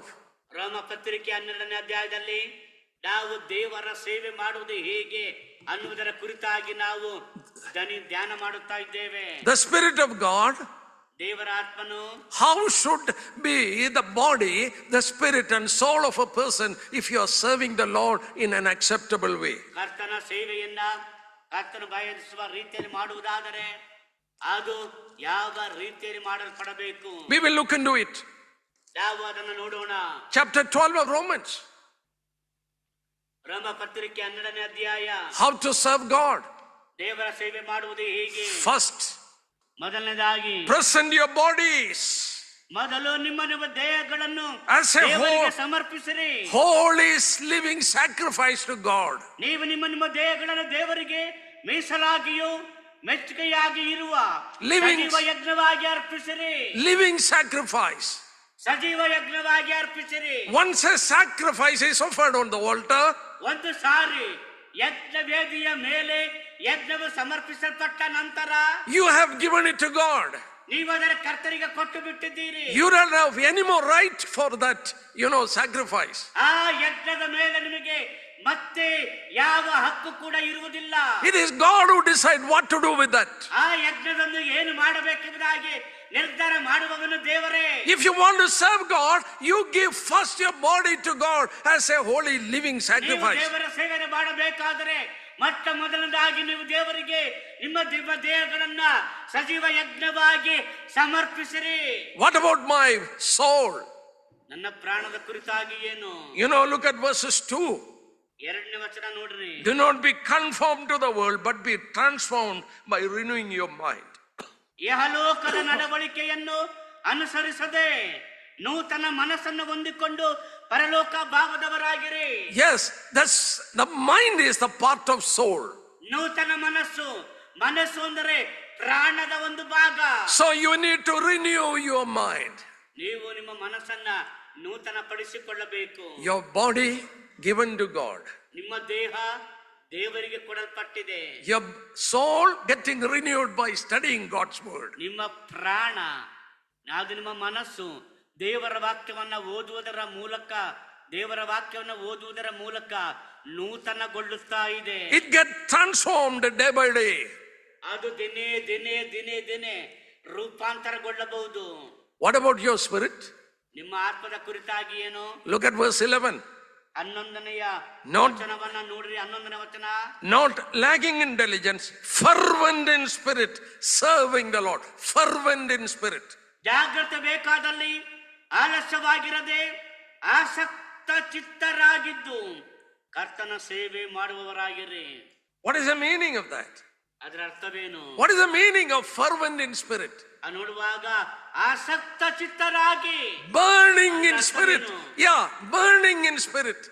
ಆತ್ಮದಲ್ಲಿ ಉರಿಯುತ್ತಿರುವವರಾಗಿ. You should not be a man who is indifferent to God's things.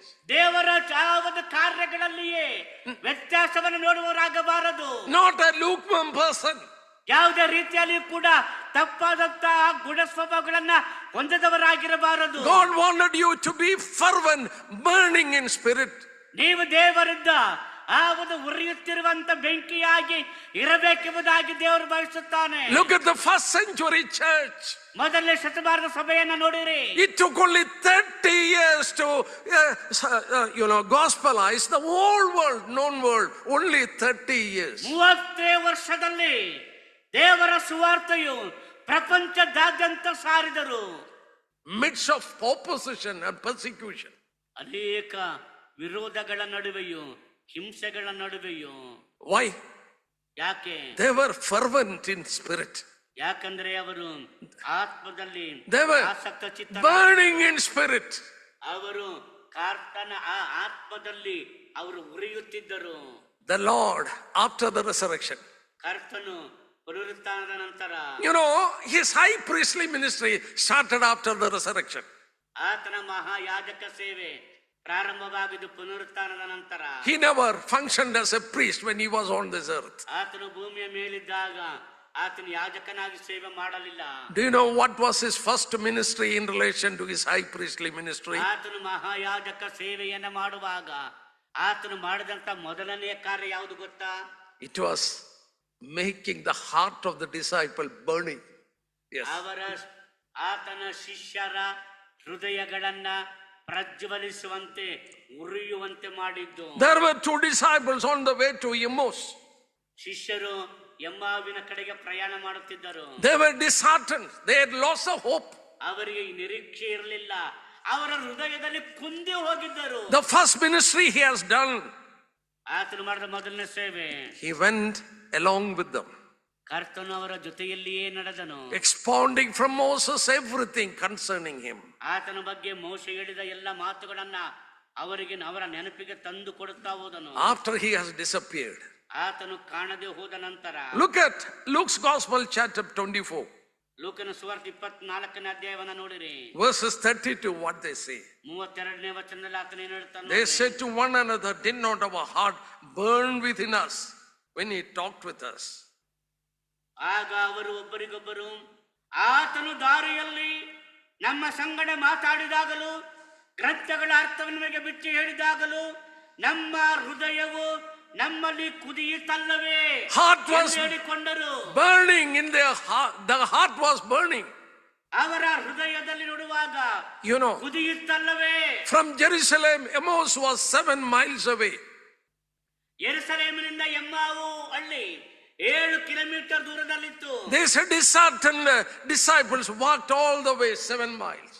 7 ಮೈಲಿಗಳ ಕಾಲ ಈ ಹೃದಯ ಕುಂದಿ ಹೋಗಿದ್ದ ಆ ಒಂದು ಧೈರ್ಯವನ್ನೇ ಕಳೆದುಕೊಂಡ ಶಿಷ್ಯರು 7 ಮೈಲಿಗಳ ದೂರ ನಡ್ಕೊಂಡು ಹೋಗುತ್ತಾ ಇದ್ದಾರೆ. When the Lord made their heart to burn again.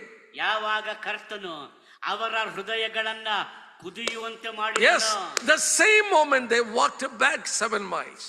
ಆಗ ಆ 7 ಮೈಲುಗಳ ದೂರ ಬಹಳ ಚಂದವಾಗಿ ನಡೆದು ಹೋದರು. I believe they must have run to say that our Lord is risen. ನಾನು ನಂಬ್ತೇನೆ ಅವರು ಓಡಿ ಹೋಗಿ ಹೌದು ನಮ್ಮ ಕರ್ತನ ಪುನರುತ್ಥಾನಗೊಂಡಿದ್ದಾನೆಂಬುದಾಗಿ ಅವರು ಸಾರಿ. Where did they get the strength? ಆ ಒಂದು ಶಕ್ತಿ ಬಲವನ್ನ Their heart ಅವರು was, ಇಲ್ಲೆಲ್ಲ ಪಡಕೊಂಡರು. the heart was burning. ಅವರ ಹೃದಯಗಳು ಕುದಿಯುತ್ತಾ ಇತ್ತು. Serve the Lord with a fervent spirit. ನೋಡುವಾಗ ಕುದಿಯುತ್ತಿರುವ ಸ್ವಸ್ಥ ಚಿತ್ತರಾಗಿ ಕರ್ತನ ಚಿತ್ತವನ್ನ ಸೇವೆಯನ್ನ ಮಾಡಿರಿ. You know, how can we keep our heart burning? ನಮ್ಮ ಹೃದಯಗಳನ್ನ ನಾವು ಕುದಿಯುತ್ತಾ ಇರುವಂತೆ ಮಾಡುವುದಾದರೂ ಹೇಗೆ? There's a beautiful study in the book of Leviticus. ಯಾಜಕ ಕಾಂಡ ನೋಡುವಾಗ ಅದರ ಒಂದು ಅದ್ಭುತವಾದಂತಹ ಒಂದು Maybe within ಅಧ್ಯಯನ ಇದೆ. 2 or 3 minutes I will tell it. 2-3 ನಿಮಿಷಗಳಲ್ಲಿ ಅದನ್ನು ಹೇಳುತ್ತೇನೆ. It's a beautiful study. ಬಹಳ ಸುಂದರವಾದಂತ ಒಂದು ಸಂಗತಿ. Turn with me to the book of Leviticus chapter 6. ಯಾಜಕ ಕಾಂಡ ಪುಸ್ತಕ 6ನೇ ಅಧ್ಯಾಯಕ್ಕೆ ಸತ್ಯವೇದವನ್ನ ತೆರೆಯಿರಿ. There the Lord is speaking about how the altar should be taken care. ಅಲ್ಲಿ ಯಜ್ಞ ವೇದಿಯ ಹಾರೈಕೆಯನ್ನ ಹೇಗೆ ಮಾಡಬೇಕೆಂಬುದಾಗಿ ಕರ್ತನು ಹೇಳುತ್ತಿದ್ದಾನೆ. It is from the altar the sweet smell was rising up to God every morning, evening, you know. ಆ ಯಜ್ಞ ವೇದಿಯಿಂದಲೇ ಪ್ರತಿದಿನ ಬೆಳಗ್ಗೆ ಮತ್ತು ಸಾಯಂಕಾಲ ಆ ಒಂದು ದೇವರ ಸನ್ನಿಧಿಯಲ್ಲಿ ಯಜ್ಞದ ಸುವಾಸನೆಯೋದು ಏರಿ ಬರುತ್ತಾ ಇತ್ತು. Yes, the sweet smell was going up. ಆ ಒಂದು ಬಹಳ ಆ ಒಂದು Sweet smell. ಸ್ವೀಟ್ ಸ್ಮೆಲ್ ಸುವಾಸನೆಯು ಅದು ಕರ್ತನ ಕಡೆಗೆ ಬರುವಂತದ್ದಾಗಿತ್ತು. That day it was a little altar. ಆ ದಿನದಲ್ಲಿ ನೋಡುವಾಗ ಅಕ್ಷರಶವಾದ ಯಜ್ಞ Today the altar is inside us. ಇವತ್ತು ಆ ಯಜ್ಞವೇದಿ ನಮ್ಮೊಳಗೆ ಇದೆ. From the spirit, ಆತ್ಮದಿಂದ worship is going up. ಆರಾಧನೆಯು ಮೇಲಕ್ಕೆ ಹೋಗುತ್ತಾ ಇದೆ. Sweet smell is going up. ಆ ಒಂದು ಸುವಾಸನೆಯು ಮೇಲಕ್ಕೆ ಹೋಗುತ್ತಾ ಇದೆ. The Lord commanded them. Look at chapter 6 and verses 8 onwards. 6ನೇ ಅಧ್ಯಾಯ 8ನೇ ವಚನದಿಂದ ಮುಂದಕ್ಕೆ ನೋಡಿರಿ. He is speaking about the altar. ಆತನ ಯಜ್ಞವೇದಿಯ ಬಗ್ಗೆ ಮಾತಾಡುತ್ತಿದ್ದಾನೆ. Last part of verses 9. 9ನೇ ವಚನ. The fire of the altar shall be kept burning on it. ಯಜ್ಞವೇದಿಯ ಮೇಲಣ ಬೆಂಕಿ ಉರಿಯುತ್ತಿರಬೇಕು. Look at verse 12. 12ನೇ ವಚನ ನೋಡ್ರಿ. The fire of the altar shall be kept burning on it. ಆ ನೋಡುವಾಗ ಅದು ಆರಿ ಹೋಗಬಾರದು. ಯಜ್ಞವೇದಿಯ ಮೇಲಣ ಬೆಂಕಿ ಸರ್ವಾಂಗ ಹೋಮ ದ್ರವ್ಯದಿಂದ ಉರಿಯುತ್ತಲೇ ಇರಬೇಕು, ಅದು ಆರಿ ಹೋಗಬಾರದು. The fire on the altar shall be kept burning. Verses 12. 12ನೇ ವಚನ ಅಲ್ಲಿ ಕೂಡ ಇದೆ. ಯಜ್ಞವೇದಿಯ ಮೇಲಿನ ಬೆಂಕಿ ಸರ್ವಾಂಗ ಹೋಮ ದ್ರವ್ಯದಿಂದ ಉರಿಯುತ್ತಲೇ ಇರಬೇಕು, ಅದು ಆರಿ ಹೋಗಬಾರದು. Again in verses 13. 13ನೇ ವಚನ. The fire shall always be burning. ಬೆಂಕಿಯು ಯಜ್ಞವೇದಿಯ ಮೇಲೆ ಯಾವಾಗಲೂ ಉರಿಯುತ್ತಿರಬೇಕು, ಆರಿ ಹೋಗಬಾರದು. It shall never go out. ಅದು ಎಂದಿಗೂ ಆರಿ ಹೋಗಬಾರದು. Fire should be kept on burning. ಆ ನೋಡುವಾಗ ಆ ಬೆಂಕಿ ಯಾವಾಗಲೂ ಉರಿಯುತ್ತಿರುವ ಹಾಗೆ ಕಟ್ಟಿಗೆಗಳನ್ನ ಯಾವಾಗಲೂ ಹಾಕುತ್ತಲೇ ಇರಬೇಕು. Don't allow this fire to go out. ಬೆಂಕಿ ಆರಿ ಹೋಗಬಾರದು. ಆ ರೀತಿಯಲ್ಲಿ ಆರಿ ಹೋಗದ ಹಾಗೆ ನೋಡಿಕೊಳ್ಳಿರಿ. Do you know why the Lord is emphasizing? ದೇವರು ಯಾಕೆ ಅದನ್ನ ಒತ್ತಿ ಒತ್ತಿ ಹೇಳುತ್ತಾ ಇದ್ದಾನೆ? Do you know from where this fire has come? ಈ ಬೆಂಕಿ ಎಲ್ಲಿಂದ ಬಂತು ಗೊತ್ತಾ? Look at Leviticus chapter 9. ಯಾಜಕ ಕಾಂಡ ಪುಸ್ತಕ 9ನೇ ಅಧ್ಯಾಯ. When they offered the first sacrifice, ಅವರು ಮೊದಲನೇ ಯಜ್ಞವೇದಿಯನ್ನು ಮಾಡಿದ ಯಜ್ಞವನ್ನ ಸಮರ್ಪಣೆ ಮಾಡಿದಾಗ, look at verse 24, chapter 9, 24. 9:24 ವಚನ ನೋಡಿರಿ. The fire came out from the Lord and consumed Oh. ಯೆಹೋವನ ಸನ್ನಿಧಿಯಿಂದ ಬೆಂಕಿಯು ಹೊರಟು ಯಜ್ಞವೇದಿಯ ಮೇಲಿದ್ದ ಸರ್ವಾಂಗವಮ ದ್ರವ್ಯವನ್ನ ಕೊಬ್ಬನ್ನ ದಹಿಸಿ ಬಿಟ್ಟಿತು. Oh, brothers and sisters, the fire first came from heaven. ಪ್ರಿಯ ಸಹೋದರ ಸಹೋದರಿ, ಬೆಂಕಿ ಮೊದಲು ಬಂದದ್ದು ದೇವರಿಂದ, ದೇವರ ಕಡೆಯಿಂದ. That fire should not be put out. ಯೆಹೋವನ ಸನ್ನಿಧಿಯಿಂದ ಬಂದಂತ ಬೆಂಕಿ ಆರಿ ಹೋಗಬಾರದು. When I came to the Lord, ನಾನು ಕರ್ತನ ಬಳಿ, ಕರ್ತನ ಕಡೆಗೆ ಬಂದಾಗ, that was the first time my heart burned in relation to my Lord's love. ಕರ್ತನ ಪ್ರೀತಿಯ ಬಗ್ಗೆ ನನ್ನ ಹೃದಯವು ಮೊದಲ ಬಾರಿಗೆ ಅದು ಉರಿಯುತ್ತಿತ್ತು, ಕುದಿಯುತ್ತಿತ್ತು. I should keep it burning.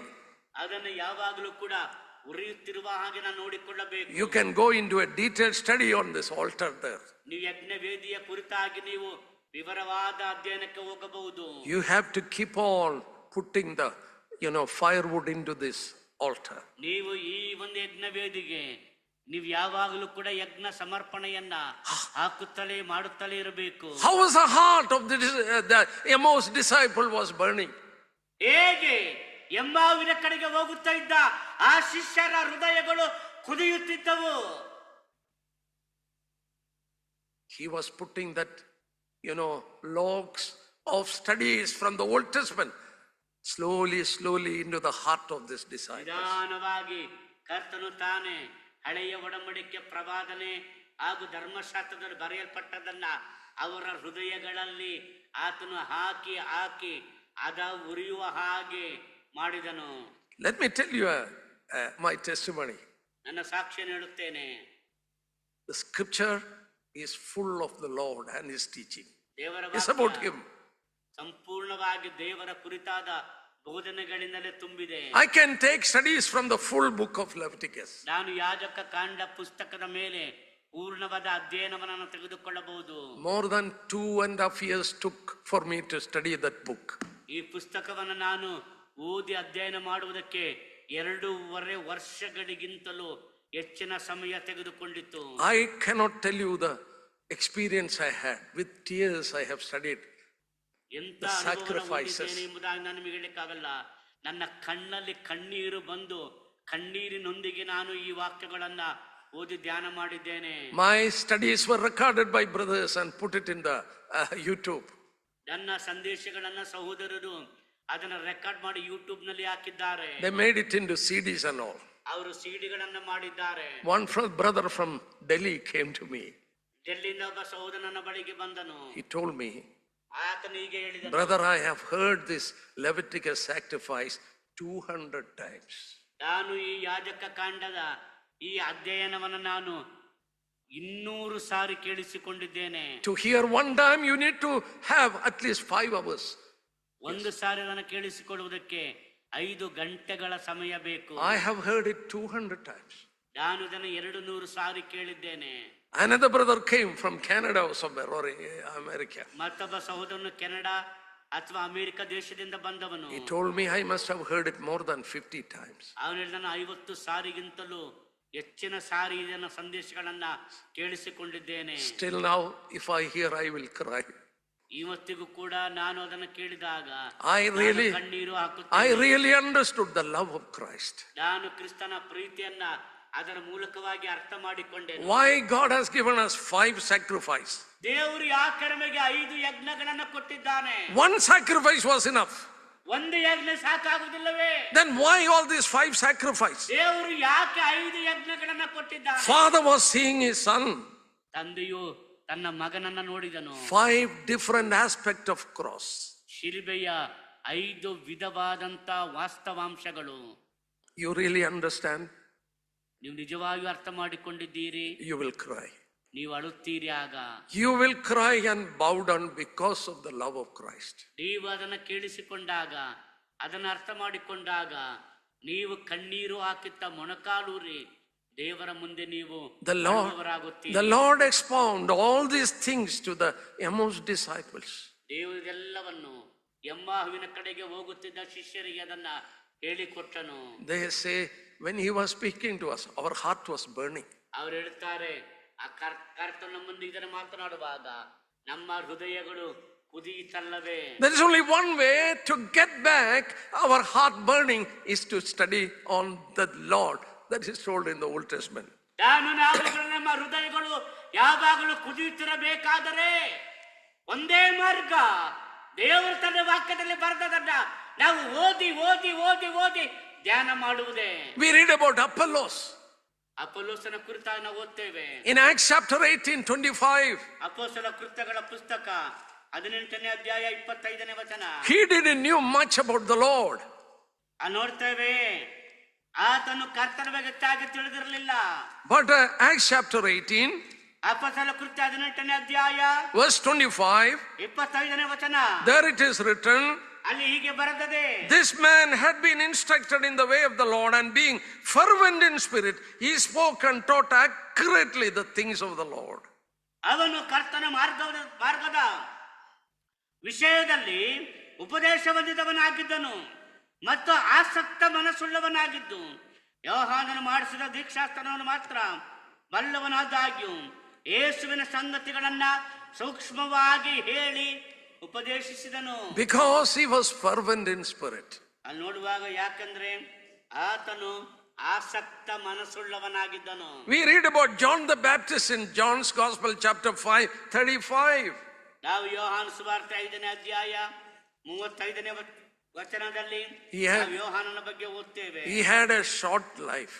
ಅಲ್ಲಿ ನೋಡುವಾಗ ನೋಡ್ತೇವೆ, ಯೋಹಾನನು ಉರಿಯುವ ದೀಪದೋಪಾದಿಯಲ್ಲಿ ಪ್ರಕಾಶಿಸಿದನು. But the Spirit of God wrote about him. ದೇವರಾತ್ಮನು ಆ ಅಲ್ಪಕಾಲ ಜೀವಿಸಿದ ಯೋಹಾನನ ಬಗ್ಗೆ ಹೀಗೆ ಬರೆಯುತ್ತಾನೆ. He was a burning and shining light. ಅಲ್ಲಿ ನೋಡುವಾಗ ಯೋಹಾನನು ಉರಿಯುವ ದೀಪದೋಪಾದಿಯಲ್ಲಿ ಪ್ರಕಾಶಿಸಿದನು. How is our studies? ನಮ್ಮ ದೇವರ ವಾಕ್ಯದ ಅಧ್ಯಯನ ಧ್ಯಾನ ಹೇಗೆ ಇದೆ? Are we stirring up the gift that is in us? ನಮ್ಮಲ್ಲಿರುವಂತಹ ವರಗಳನ್ನ ನಾವು ಕದಡುತ್ತಿದ್ದೇವೆಯಾ? One more verse and then I will stop. ಮತ್ತೊಂದು ವಾಕ್ಯವನ್ನ ಓದಿ ನಾನು ಅಲ್ಲಿಗೆ ನಿಲ್ಲಿಸುತ್ತೇನೆ. Turn with me to Psalm 35. 35ನೇ ಕೀರ್ತನೆಗೆ ಸತ್ಯವೇದವನ್ನು ತೆರೆಯಿರಿ. There it is written like this. ಅಲ್ಲಿ ಹೀಗೆ ಬರೆಯಲ್ಪಟ್ಟಿದೆ. Chapter 35 of Psalm. ಕೀರ್ತನೆಗಳ ಪುಸ್ತಕ 35ನೇ ಕೀರ್ತನೆ. Chapter 39. Sorry, I'm sorry. 39ನೇ ಕೀರ್ತನೆ. Chapter 39 and verses 3. 39ನೇ ಕೀರ್ತನೆ. My heart was hot within me while I was musing, the fire burned. ನನ್ನ ಹೃದಯದಲ್ಲಿ ಸಂತಾಪವು ಕಿತ್ತು, ನಾನು ಯೋಚಿಸುತ್ತಿರುವಲ್ಲಿ ಬೆಂಕಿಯುರಿಯಿತು. Then I spoke with my tongue. ಆಗ ನಾನು ಬಾಯಿ ಬಿಟ್ಟು. He was meditating on the Lord. ಅವನು ಕರ್ತನ ಕುರಿತಾಗಿ ಧ್ಯಾನ ಮಾಡುತ್ತಿದ್ದನು. He was musing, the fire burned within him. ಅವನು ಯೋಚಿಸುತ್ತಿರುವಲ್ಲಿ ಬೆಂಕಿಯುರಿಯಿತು. Then he spoke with his tongue. ಆತನ ಬಾಯಿ ಬಿಟ್ಟು ಹೇಳುತ್ತಾನೆ, the fire on the altar shall not go out. ಆ ಒಂದು ಯಜ್ಞ ವೇದಿಯ ಮೇಲಿನ ಬೆಂಕಿ ಆರಿ ಹೋಗಬಾರದು. We should serve him with a burning spirit. ನಾವು ಕರ್ತನ ಸೇವೆಯನ್ನ ಉರಿಯುವ ಬೆಂಕಿಯಿಂದ ಅಥವಾ ಬೆಂಕಿಯೋಪಾದಿಯಲ್ಲಿ ಸೇವಿಸಬೇಕು. Don't quench the fire. Let it burn out. Let it burn. ನಿಮ್ಮಲ್ಲಿರುವಂತ ಬೆಂಕಿಯನ್ನು ನಂದಿಸಬೇಡಿರಿ. ಉರಿಯುತ್ತಾ ಉರಿಯುತ್ತಾ ಇರಲಿ. The gift of the Spirit. ಆತ್ಮನ ಆ ವರಗಳು. Let it burn out. ಅದು ಉರಿಯಲ್ಪಡಲಿ. How to serve God. ದೇವರ ಸೇವೆಯನ್ನು ಹೇಗೆ ಮಾಡುವುದು? Find out what is the gift given to you. ದೇವರು ನಿಮಗೆ ಕೊಟ್ಟಿರುವಂತ ವರವನ್ನ ಕಂಡು ಹಿಡಿಯಿರಿ, ಕಂಡುಕೊಳ್ಳಿರಿ. You stir up that gift that is in you. ನಿಮ್ಮಲ್ಲಿರುವಂತ ವರವನ್ನ ನೀವು ಅದನ್ನ ಕದಡಿರಿ, ಕಲುಕಿರಿ. You will be in the correct position to serve the Lord. ಆಗ ಕರ್ತನ ಸೇವೆಯನ್ನು ಮಾಡುವುದಕ್ಕೆ ಸರಿಯಾದಂತ ಸ್ಥಿತಿಯಲ್ಲಿ ಸ್ಥಾನದಲ್ಲಿ ಇರುವವರಾಗುತ್ತೀರಿ. The Lord has some purpose on your life. ಕರ್ತನು ನಿಮ್ಮ ಜೀವನದಲ್ಲಿ ಆತನು ಉದ್ದೇಶವನ್ನ ಹೊಂದಿದವನಾಗಿದ್ದಾನೆ. Find it out. ಅದನ್ನ ಕಂಡುಕೊಳ್ಳಿರಿ. Stir it up. ಅದನ್ನ ಕದಡಿರಿ. And be fruitful for the Lord. ಕರ್ತನಿಗಾಗಿ ನೀವು ಫಲಭರಿತರಾಗಿರ್ರಿ. Ministry should be based on the gift that is given by the resurrected Lord. ಸೇವೆಯು ಯಾವಾಗಲೂ ಪುನರುತ್ಥಾನ ಹೊಂದಿರುವ ಕರ್ತನಾಗಿರುವ ಯೇಸು ಕ್ರಿಸ್ತರು ಕೊಟ್ಟ ಆ ವರಗಳಿಗೆ ತಕ್ಕ ಹಾಗೆ ಮಾಡುವಂತಿರಬೇಕು. May the Lord continue to speak this to us. ಕರ್ತನು ತಾನು ಈ ಮಾತುಗಳನ್ನ ನಮ್ಮ ಹೃದಯಗಳು ಇನ್ನೂ ಕೂಡ ಮಾತಾಡುತ್ತಾ ಇರುವಂತಾಗಲಿ. Thank you. ವಂದನೆಗಳು. The Lord will continue to bless you. ಕರ್ತನು ತಾನು ನಿಮ್ಮನ್ನ ಆಶೀರ್ವದಿಸುವುದನ್ನು ಮುಂದುವರೆಸಲಿ.